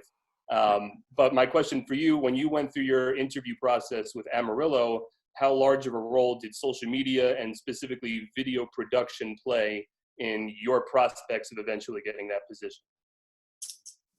Mark, I'll start. I try to make my sales as objective as possible. So if I'm calling a game on a weekend, I don't have to make a sales call because no decision maker is in their seats. They might be at the game, and if I know that they're at the game, I'll check up on them and maybe try to drop down, have a conversation with them. But I'm not making a sales call during the weekend because they're not going to be there. And then I approach it during the week. When are the times that they're going to answer? Usually it's a Friday afternoon because they just got their paychecks and they're more willing to spend money. So 1 to 3 p.m. on Friday afternoon, I try to make my sales calls, a lot of them, and just go through it. And people are happy. It's summer. They just got paid. Business is doing well. And then I try to carve out an hour every day. Sometimes I'll do it like Monday, I'll do it 9 to 10. Tuesday, I'll do it 10 to 11. Thursday, I'll do it 11 to 12. And then I'll recycle. I'll try for a different hour. But for me, it's really helped getting a calendar and penciling in that hour and just saying, I have nothing else to do but make sales calls. And then when the baseball stuff comes, after batting practice, I make sure that all the roster moves are set and nothing can go wrong from that standpoint. And that is when I promise myself that I will focus on baseball. And if my general manager needs me, he knows where to find me. My direct boss needs me, he just goes right to the press box and asks me. But aside from that, I am making sure that I'm prepared for the game and just penciling it down in a calendar and just having that regimen and that foundation has really helped me. Yeah, and I'll answer your other question. I think, by the way, we can all relate to anybody who's ever worked in minor league baseball, really baseball in general. We can all relate to most of your day at some point or another during your career not being about broadcasting the game and about baseball. And that's an important part of it, is learning how to do your job and be a good employee, but also keeping your eye on the bigger picture of what you're trying to accomplish and what you're actually in a way there for. The other part of your question about how much social media, video, content was a part of the Amarillo interview, I would say at every baseball job I've got, that was an enormous part of it.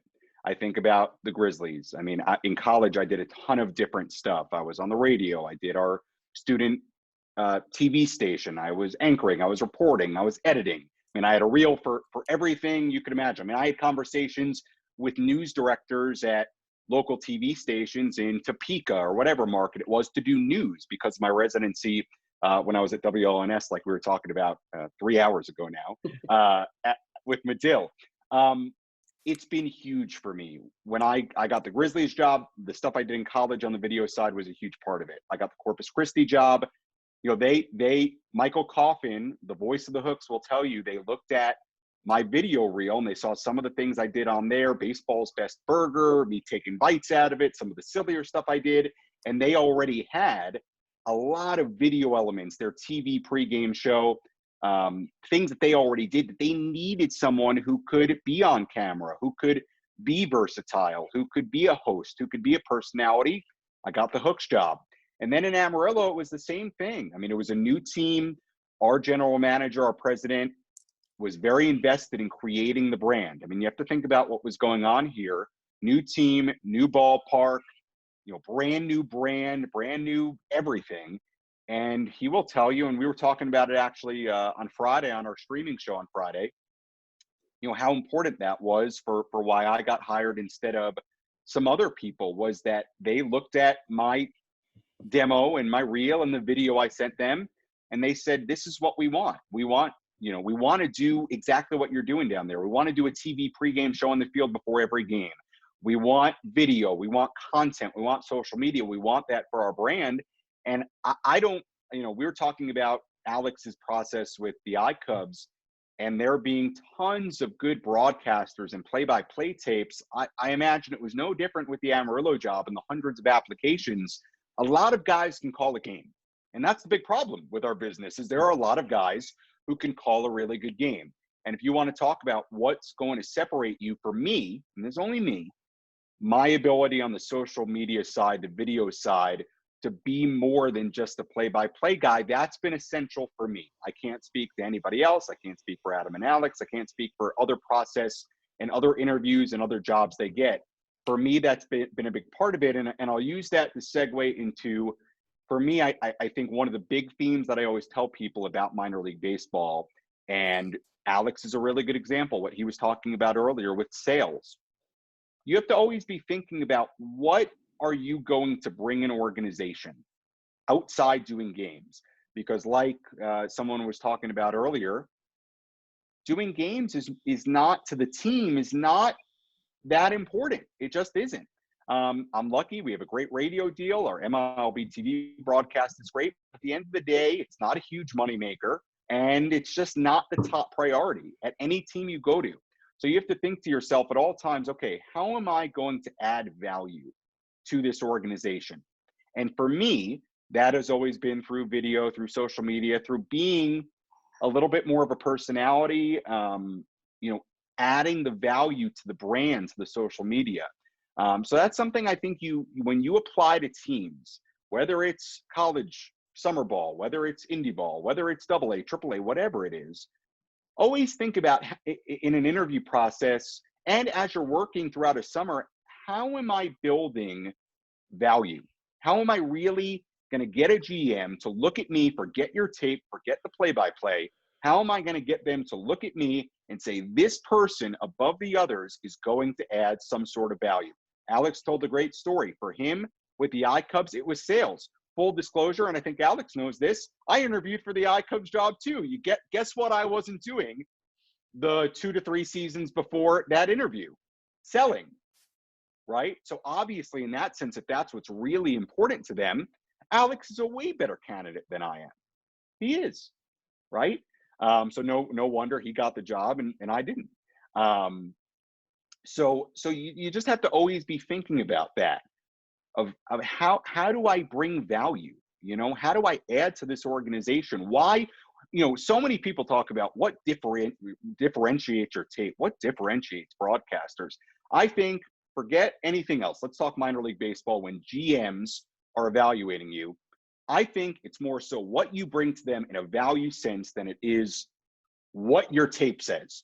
You got to be good. Well, especially now, especially in 2020, Absolutely. with a possible cancellation of a season. Now more than ever, it is not going to be just play-by-play. It is how can you make my money make my organization money? It's just the way that it is now. And by the way, and I'll use this example too, and I know I'm rambling on, we got a couple more questions, but even in this time right now, my ability to do a lot of things, to host, to create content, to do an assortment of things, it helps right now. I mean, we're doing 2 shows a week live. We've got all this different stuff going on. We've got plenty of content going on.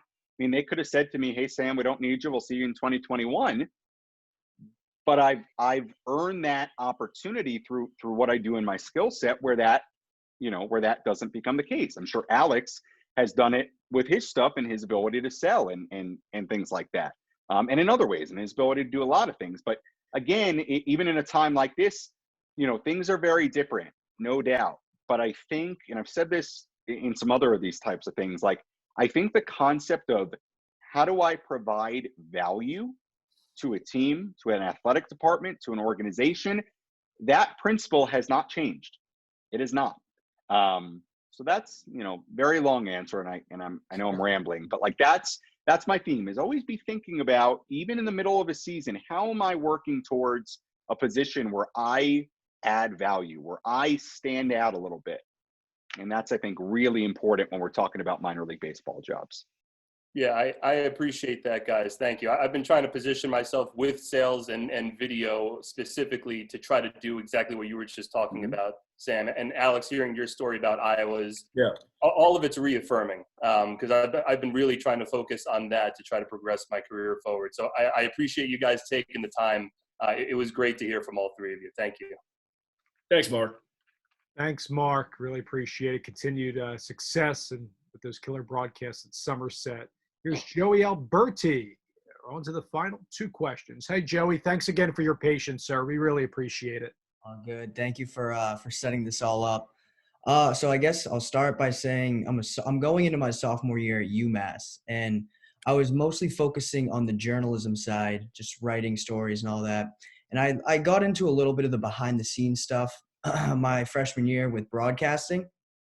So I just wanted to kind of get from you guys' perspectives, what's the one thing you wish you did more of in college, and what do you think is the smartest thing you did in college in setting yourself up for the future? Well, I don't know what your specific situation is at UMass and how many games you're calling and what the workload was with, with classes. And obviously that's all very much up in the air for this coming fall. But one of the best things that I did when I was at UConn was I did listen to every broadcast that I did. I wasn't necessarily told to do that, but it was just something that I wanted to get better. I wanted to, the better you get at broadcasting, the more fun the broadcasts become. So I was having a lot of fun, and it's, well, how can I have more fun? And it's, all right, well, become a better broadcaster. So that was the one way that I figured out how I'm going to do this.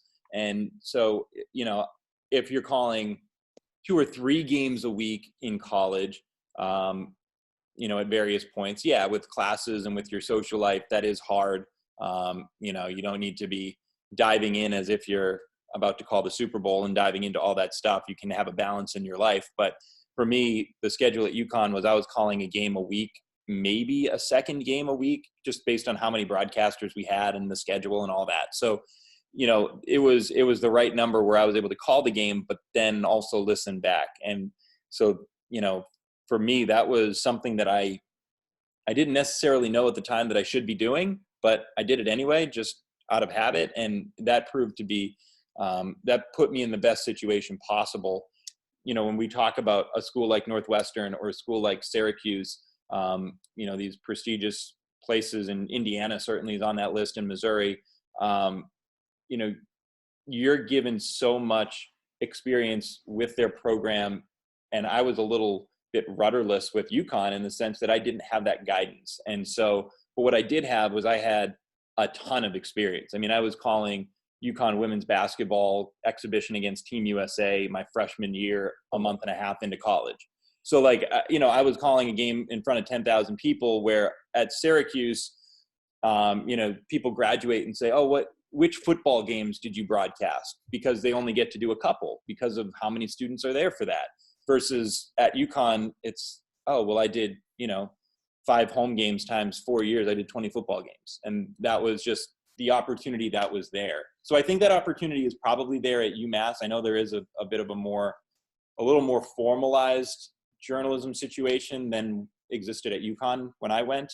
But I think taking every rep seriously while you're doing it, but making sure you're finding that thing to improve upon. I graduated 10 years ago and I'm still doing the same thing. Well, listen to your tape. That's the best advice I can give. And that was something that I started when I was in college, and I'm thankful that I did, because reps are important to me now, and they were then to get me and my tape to where I needed to be when I graduated.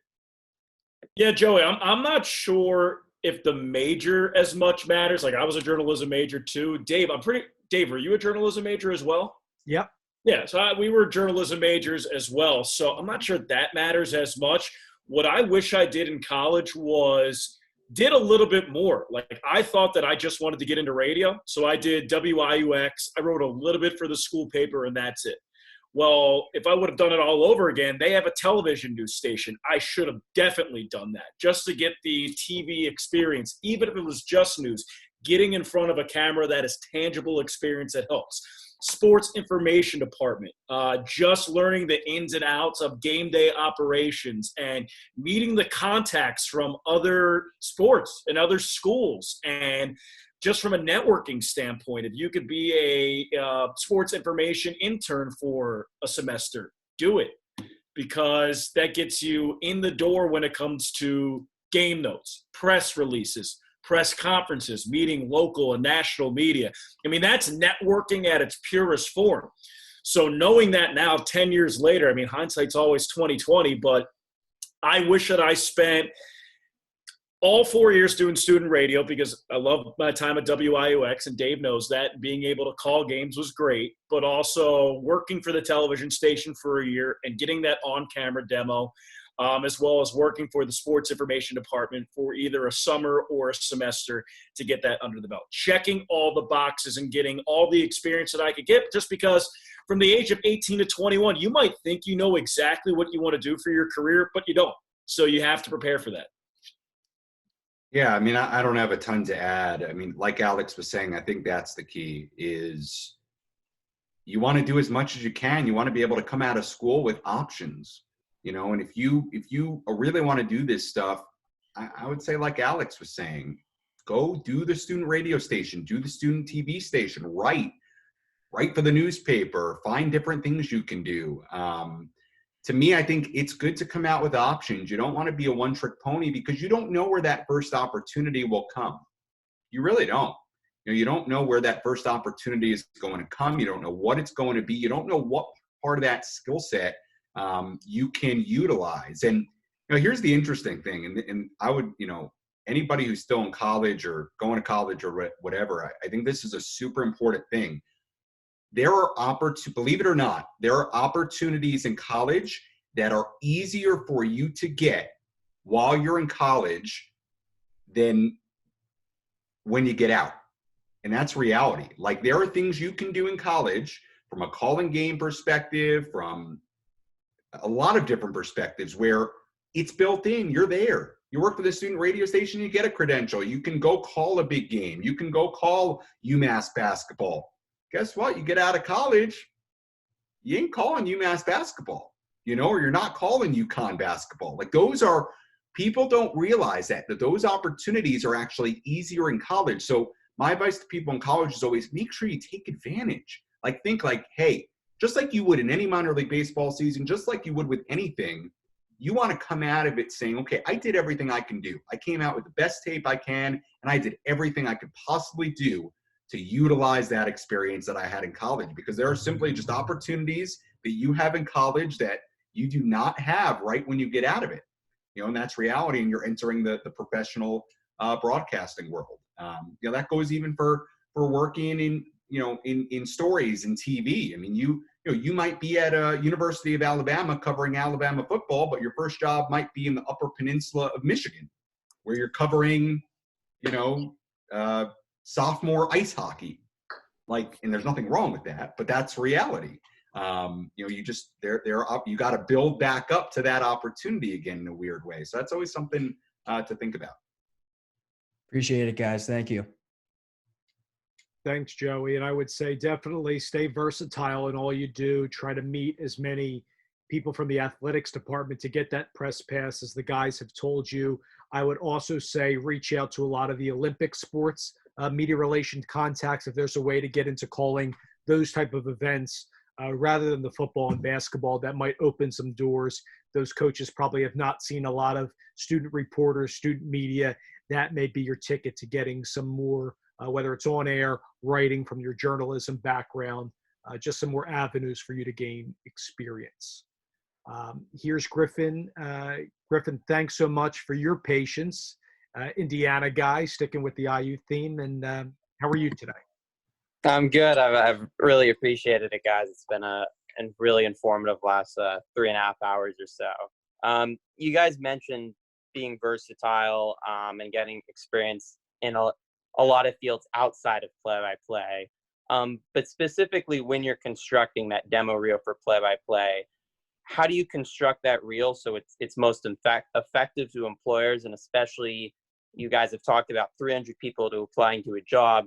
When they're listening to that reel, how do you make that reel stand out above everyone else? Are we talking? Yeah, what sport? Yeah. TV, and also TV, video, or radio? I mean, I do both TV and radio, and I've so far done basketball and volleyball, a variety of sports in Indiana. So really any sport, TV or radio. Yeah, I think the tough part of this question, especially with the TV and video side of things, is I feel like you could ask 20 different people what a TV play-by-play reel should look like, and you would very much get 20 different answers. And you could ask 20 different high-level producers, people at networks, and you might get 20 different answers about what it should be. Mine right now, my theory right now is to go shorter, is to keep that original reel to a 2-3 minute type thing, even my sports specific reels to a 2-3 minute type thing. And I've had people say to me, that's all we need, but then you'll have people say, hey, I usually do my reel, or I usually like reels that are on cameras, a couple of highlights, and then a 4, 5, 6 minute stretch of whatever game it is. I think there is one theme amongst all those that is consistent. And I guess I'll stick to like the TV video, and I'll let the other guys talk about whatever side they want. But because I think the radio is interesting. Like I almost with radio stuff would rather hear a stretch rather than highlights. Because I can tell. I'm right there with you. I agree with that. Like with radio. Now TV, I think it's a little bit different because there are different elements to TV. But I think when you're talking about a video TV reel, and I just looked you up real quick here, Griffin, and I've looked a lot of you up during this. I see you do BTN student use stuff, things like that. Like, so if we're talking about that kind of stuff, I think the one theme, no matter what we're talking about, is you want good stuff, right? You want what you think is your best should be in that first minute or two, because that in a lot of cases is all you're going to get. It is. That's all you're going to get. So that's why I think the 2-3 minute reel type thing is really effective, because it's short and it's not overwhelming. People can watch that whole thing. They're more inclined, if they see the thing is 2:30, they'll sit there and say, all right, let me watch this. They'll get through the first 30, 40 seconds of on cams, then some highlights, and before you know it, the thing's over. You send somebody a 15-minute reel, they're not watching that 15-minute reel. They're just not. Maybe if you get in the hiring process and they're really looking and differentiating candidates, but I think the overall theme to it is, and this would be the same thing I think in the radio stretches too, is you want kind of your best stuff. You want the punch. You want to punch them with your best stuff. So always keep that in mind. And I'm victim to it. Like I've been working on my basketball reel and a new TV reel lately, and I'm sure the other guys can attest to this. You'll sit there poring over the order and the clips. And at the end of the day, I think you have to look at it, take a step back, ask yourself, all right, is this the best stuff I've got? Is it in an order that makes sense? And you can give that reel to 10 different people, and 10 different people with 10 different things about it. That's the subjectivity of the business. So put your best stuff first. You want somebody to look at you and say, okay, I like this guy. Let me see a little bit more. Don't worry about so much what's in minute 4. Worry about what's in minute 1 or 2, because in a lot of cases you aren't going to get past minute 1 or 2 with sending it out to people. Yeah, I agree with Sam, just in terms of when you think of giving them a lot, when you think about a 15-minute reel, somebody told me a long time ago that if they want to hear more of you, they'll ask.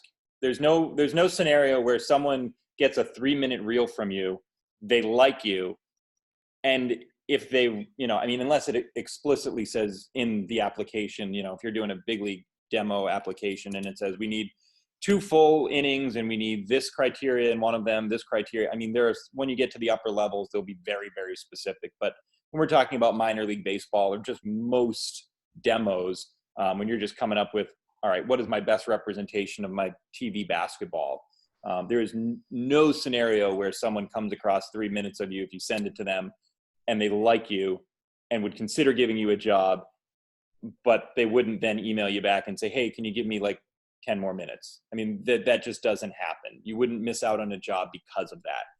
You could miss out on a job if you send them 10 minutes and your best 3 minutes are at the end and they never get to hear what you think is your best stuff. So, I think that figuring out your best stuff and not giving them more than the best, I think is good, because at a certain point, then people are just looking for a reason to say no. So don't give them a reason to say no. Give them your best stuff.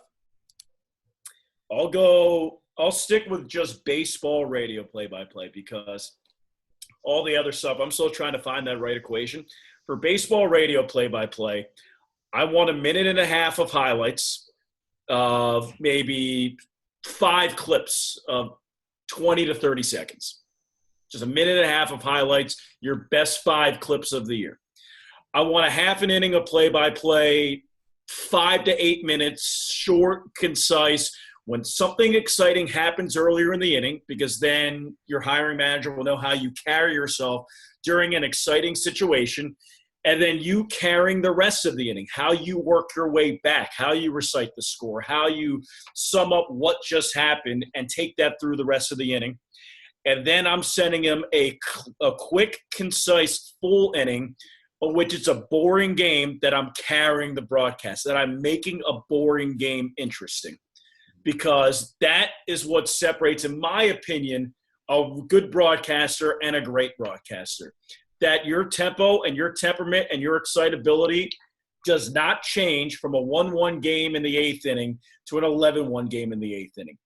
The game will naturally be more excited in the 1-1 game, but that's not anything with what you're doing. That's what's on the field. You as a broadcaster, you have to neutralize that difference. And to show that you can neutralize that difference in a 10-minute full inning clip, give them the option to listen to that. They don't have to, but give them the option to listen to that.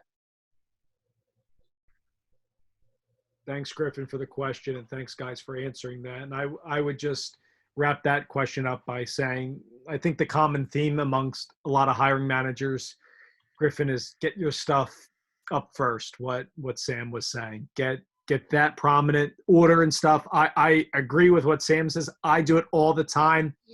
The order minute, should it be on the 3rd minute? I've been doing it like over the past couple weeks. It will drive you crazy. Don't.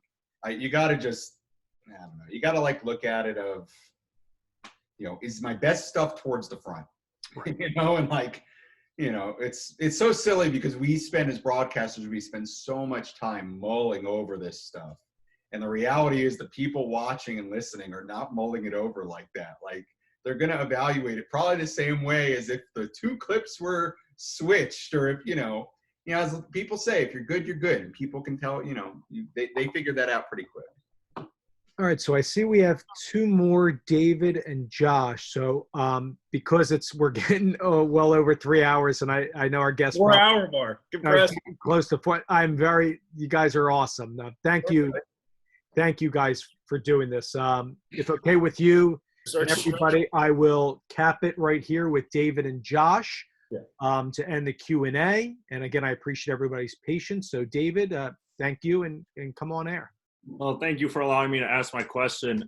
Thanks for doing all this. Thanks for taking the time to do this. It's been very informative, very helpful. So for my specific situation, I'm going to be graduating this fall from Western Illinois University.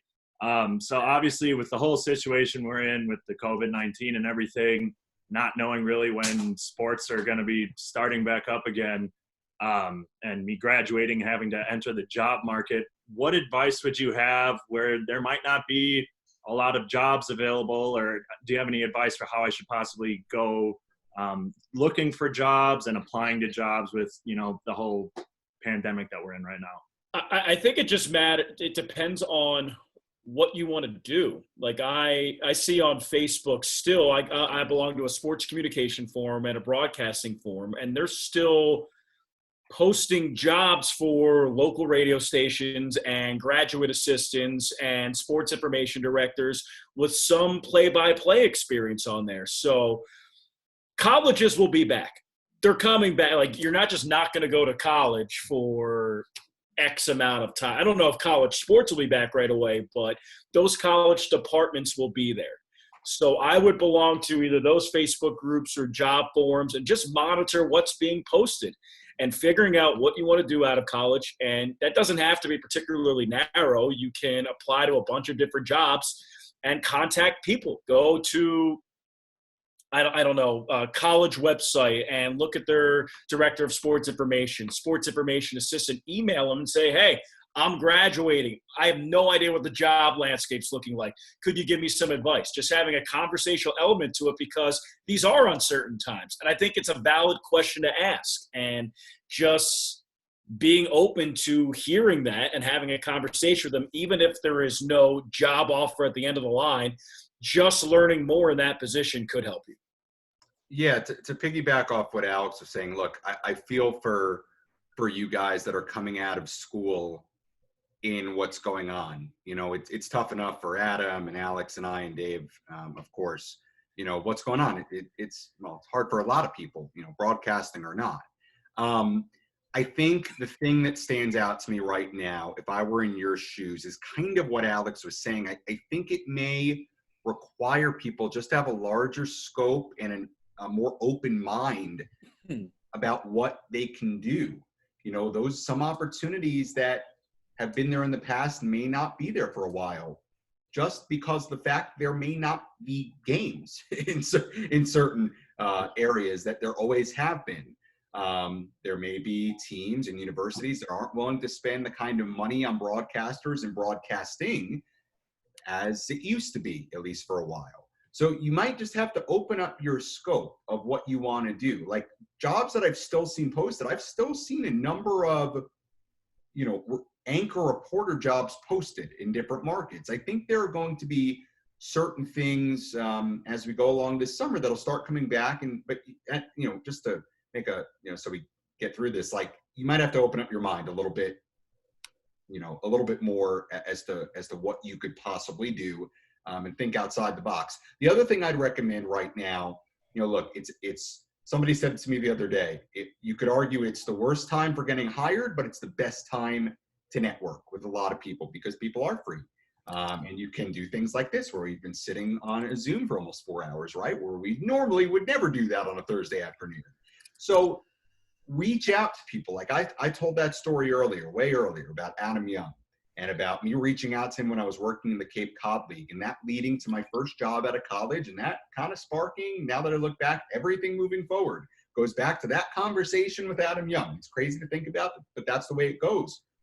Reach out to as many people as you can, have conversations, call people up, send people your work, and you know, think about that as a productive thing to do. Like outside just looking for jobs, think, okay, let's say I don't have a job for the next year. What are things I can do that when a year's up and hopefully things are getting back to a sense of normalcy that would put me in the best position to grab an opportunity somewhere or to have a network where I'd be able to hear about opportunities somewhere. So I think that's, you know, a good thing to think about is, you know, wake up every day and think, how can I be the most productive with this and establish myself in the best position when this is hopefully over in a way. So it's tough though. I feel for you guys, especially that are coming out of college. It's tough. Right. And, you know, I just want to interject Adam real quick and then feel free. I will say, David, that I just been looking on to seeing what the job market is. And there are a lot of, I think Sam hit on this, there are a lot of new jobs posted around. I'm not saying they're easy to get, but there are news, smaller markets I've been seeing that they're reporter, anchor jobs. Again, I know hard to come by to actually get those positions. You got to dig deep and get out there. Adam, sorry for stepping on you there. Go ahead.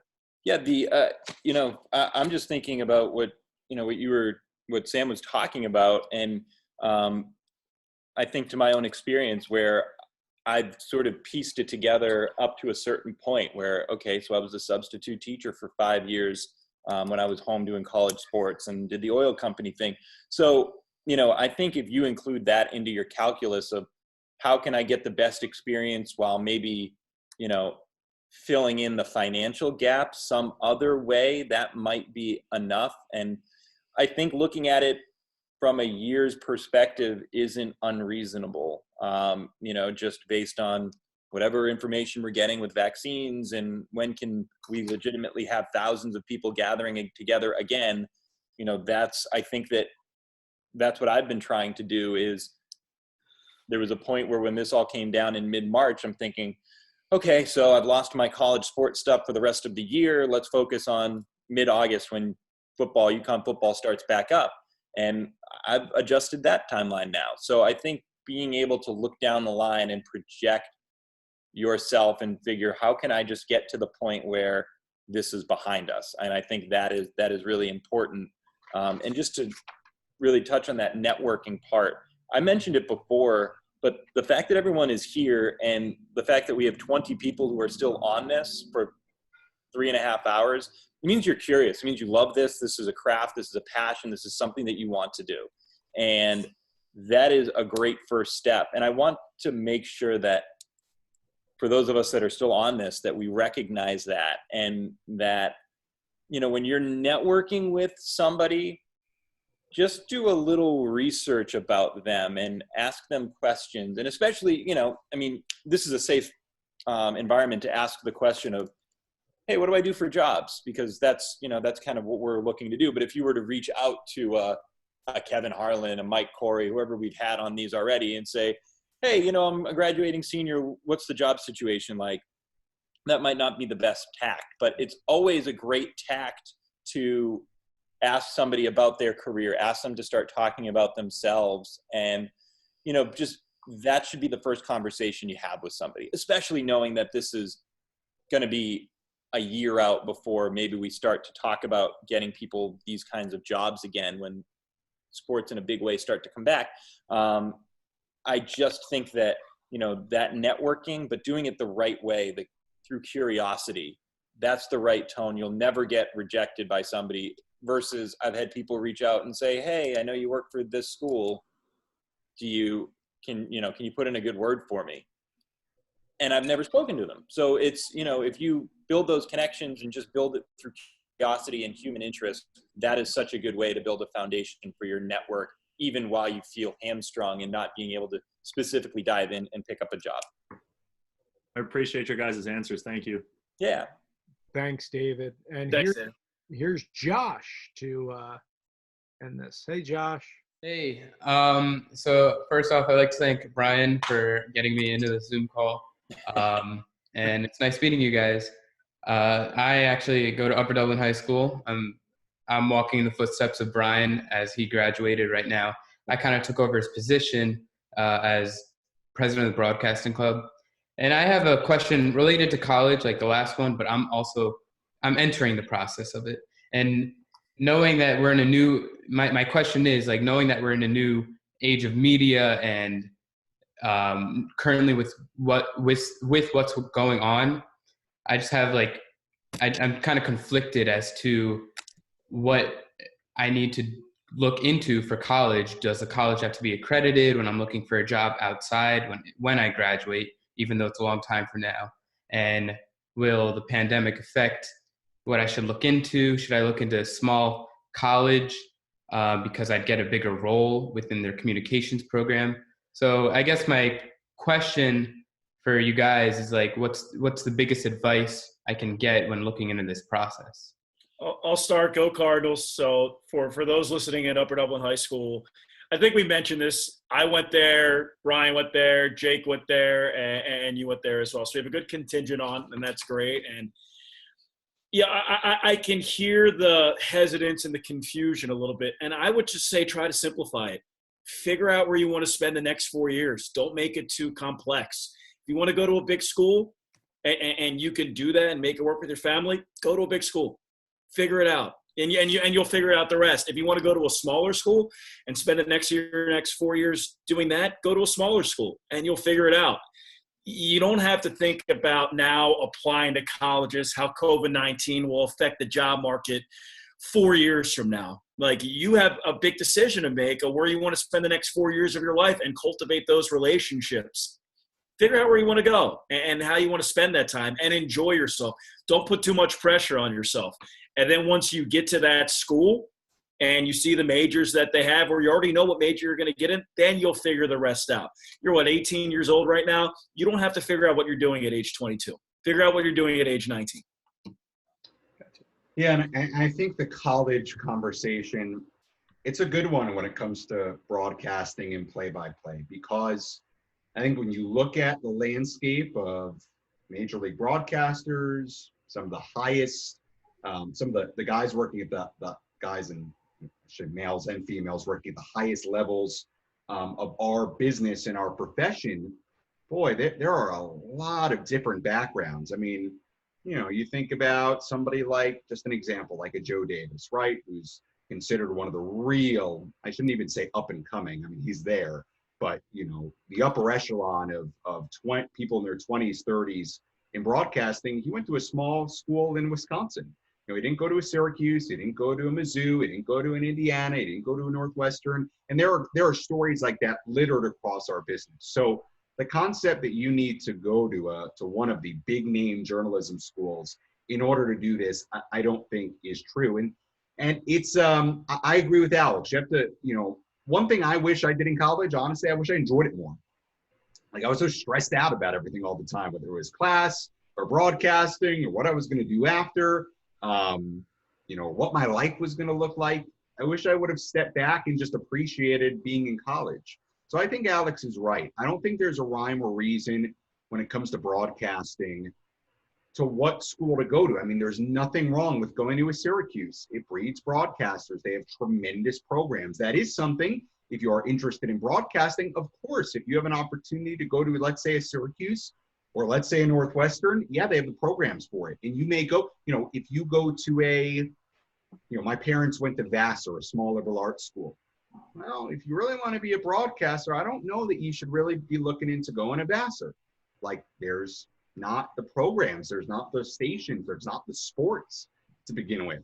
Obviously, people make it work wherever they are, but you know, in those schools will breed different kinds of things. You know, at Syracuse, yes, they have the programs. You're also going to be with a lot of other people that want to also do what you do, which adds a different element. Not a bad element, but that's just reality.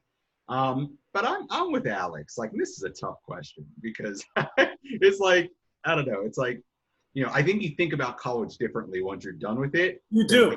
When I was in his shoes, I thought the same exact thing. But now going back to it, I'm just like, man, like, look at the go to the school that I want to go to or what my family could afford, and I'll make the experiences there. I just got to figure out where I want to spend the next 4 years of my life. Right. You'll make the experience wherever you go, and you'll make the most of it and get the best out of it.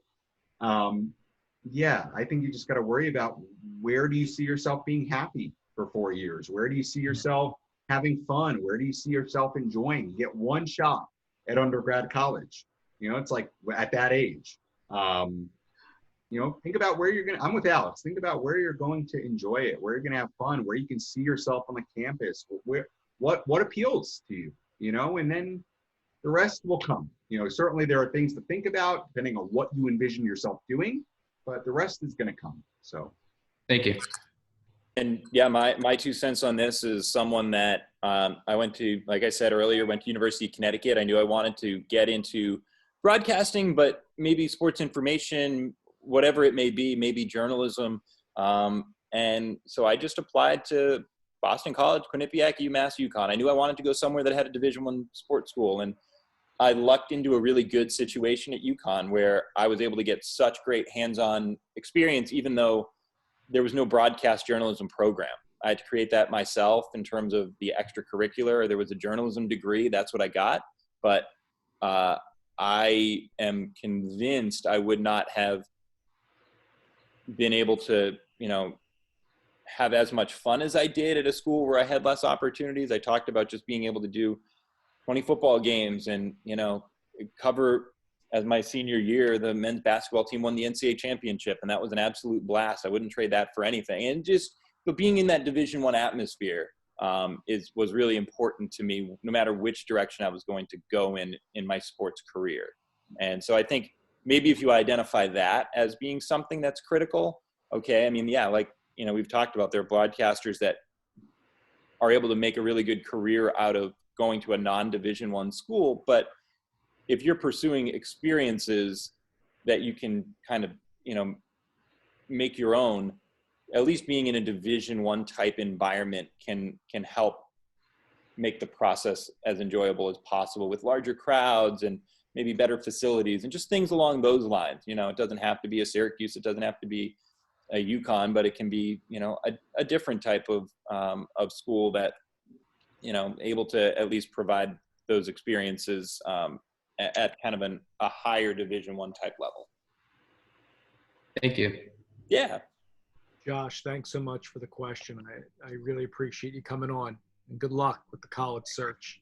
You got to be a go-getter out there. That's what I would end all that by saying is, you'll make a lot of the experiences by how you meet people and how you put your name out there, whatever school you go to, whether they have a big time football program or they don't even have football at all, if you want to go into broadcasting. So like the guy said, you're young, enjoy yourselves, and enjoy the college environment with your friends, and find that work-life balance. And also, man, have fun. Let's switch spots. You can come to Iowa, I'll go to college.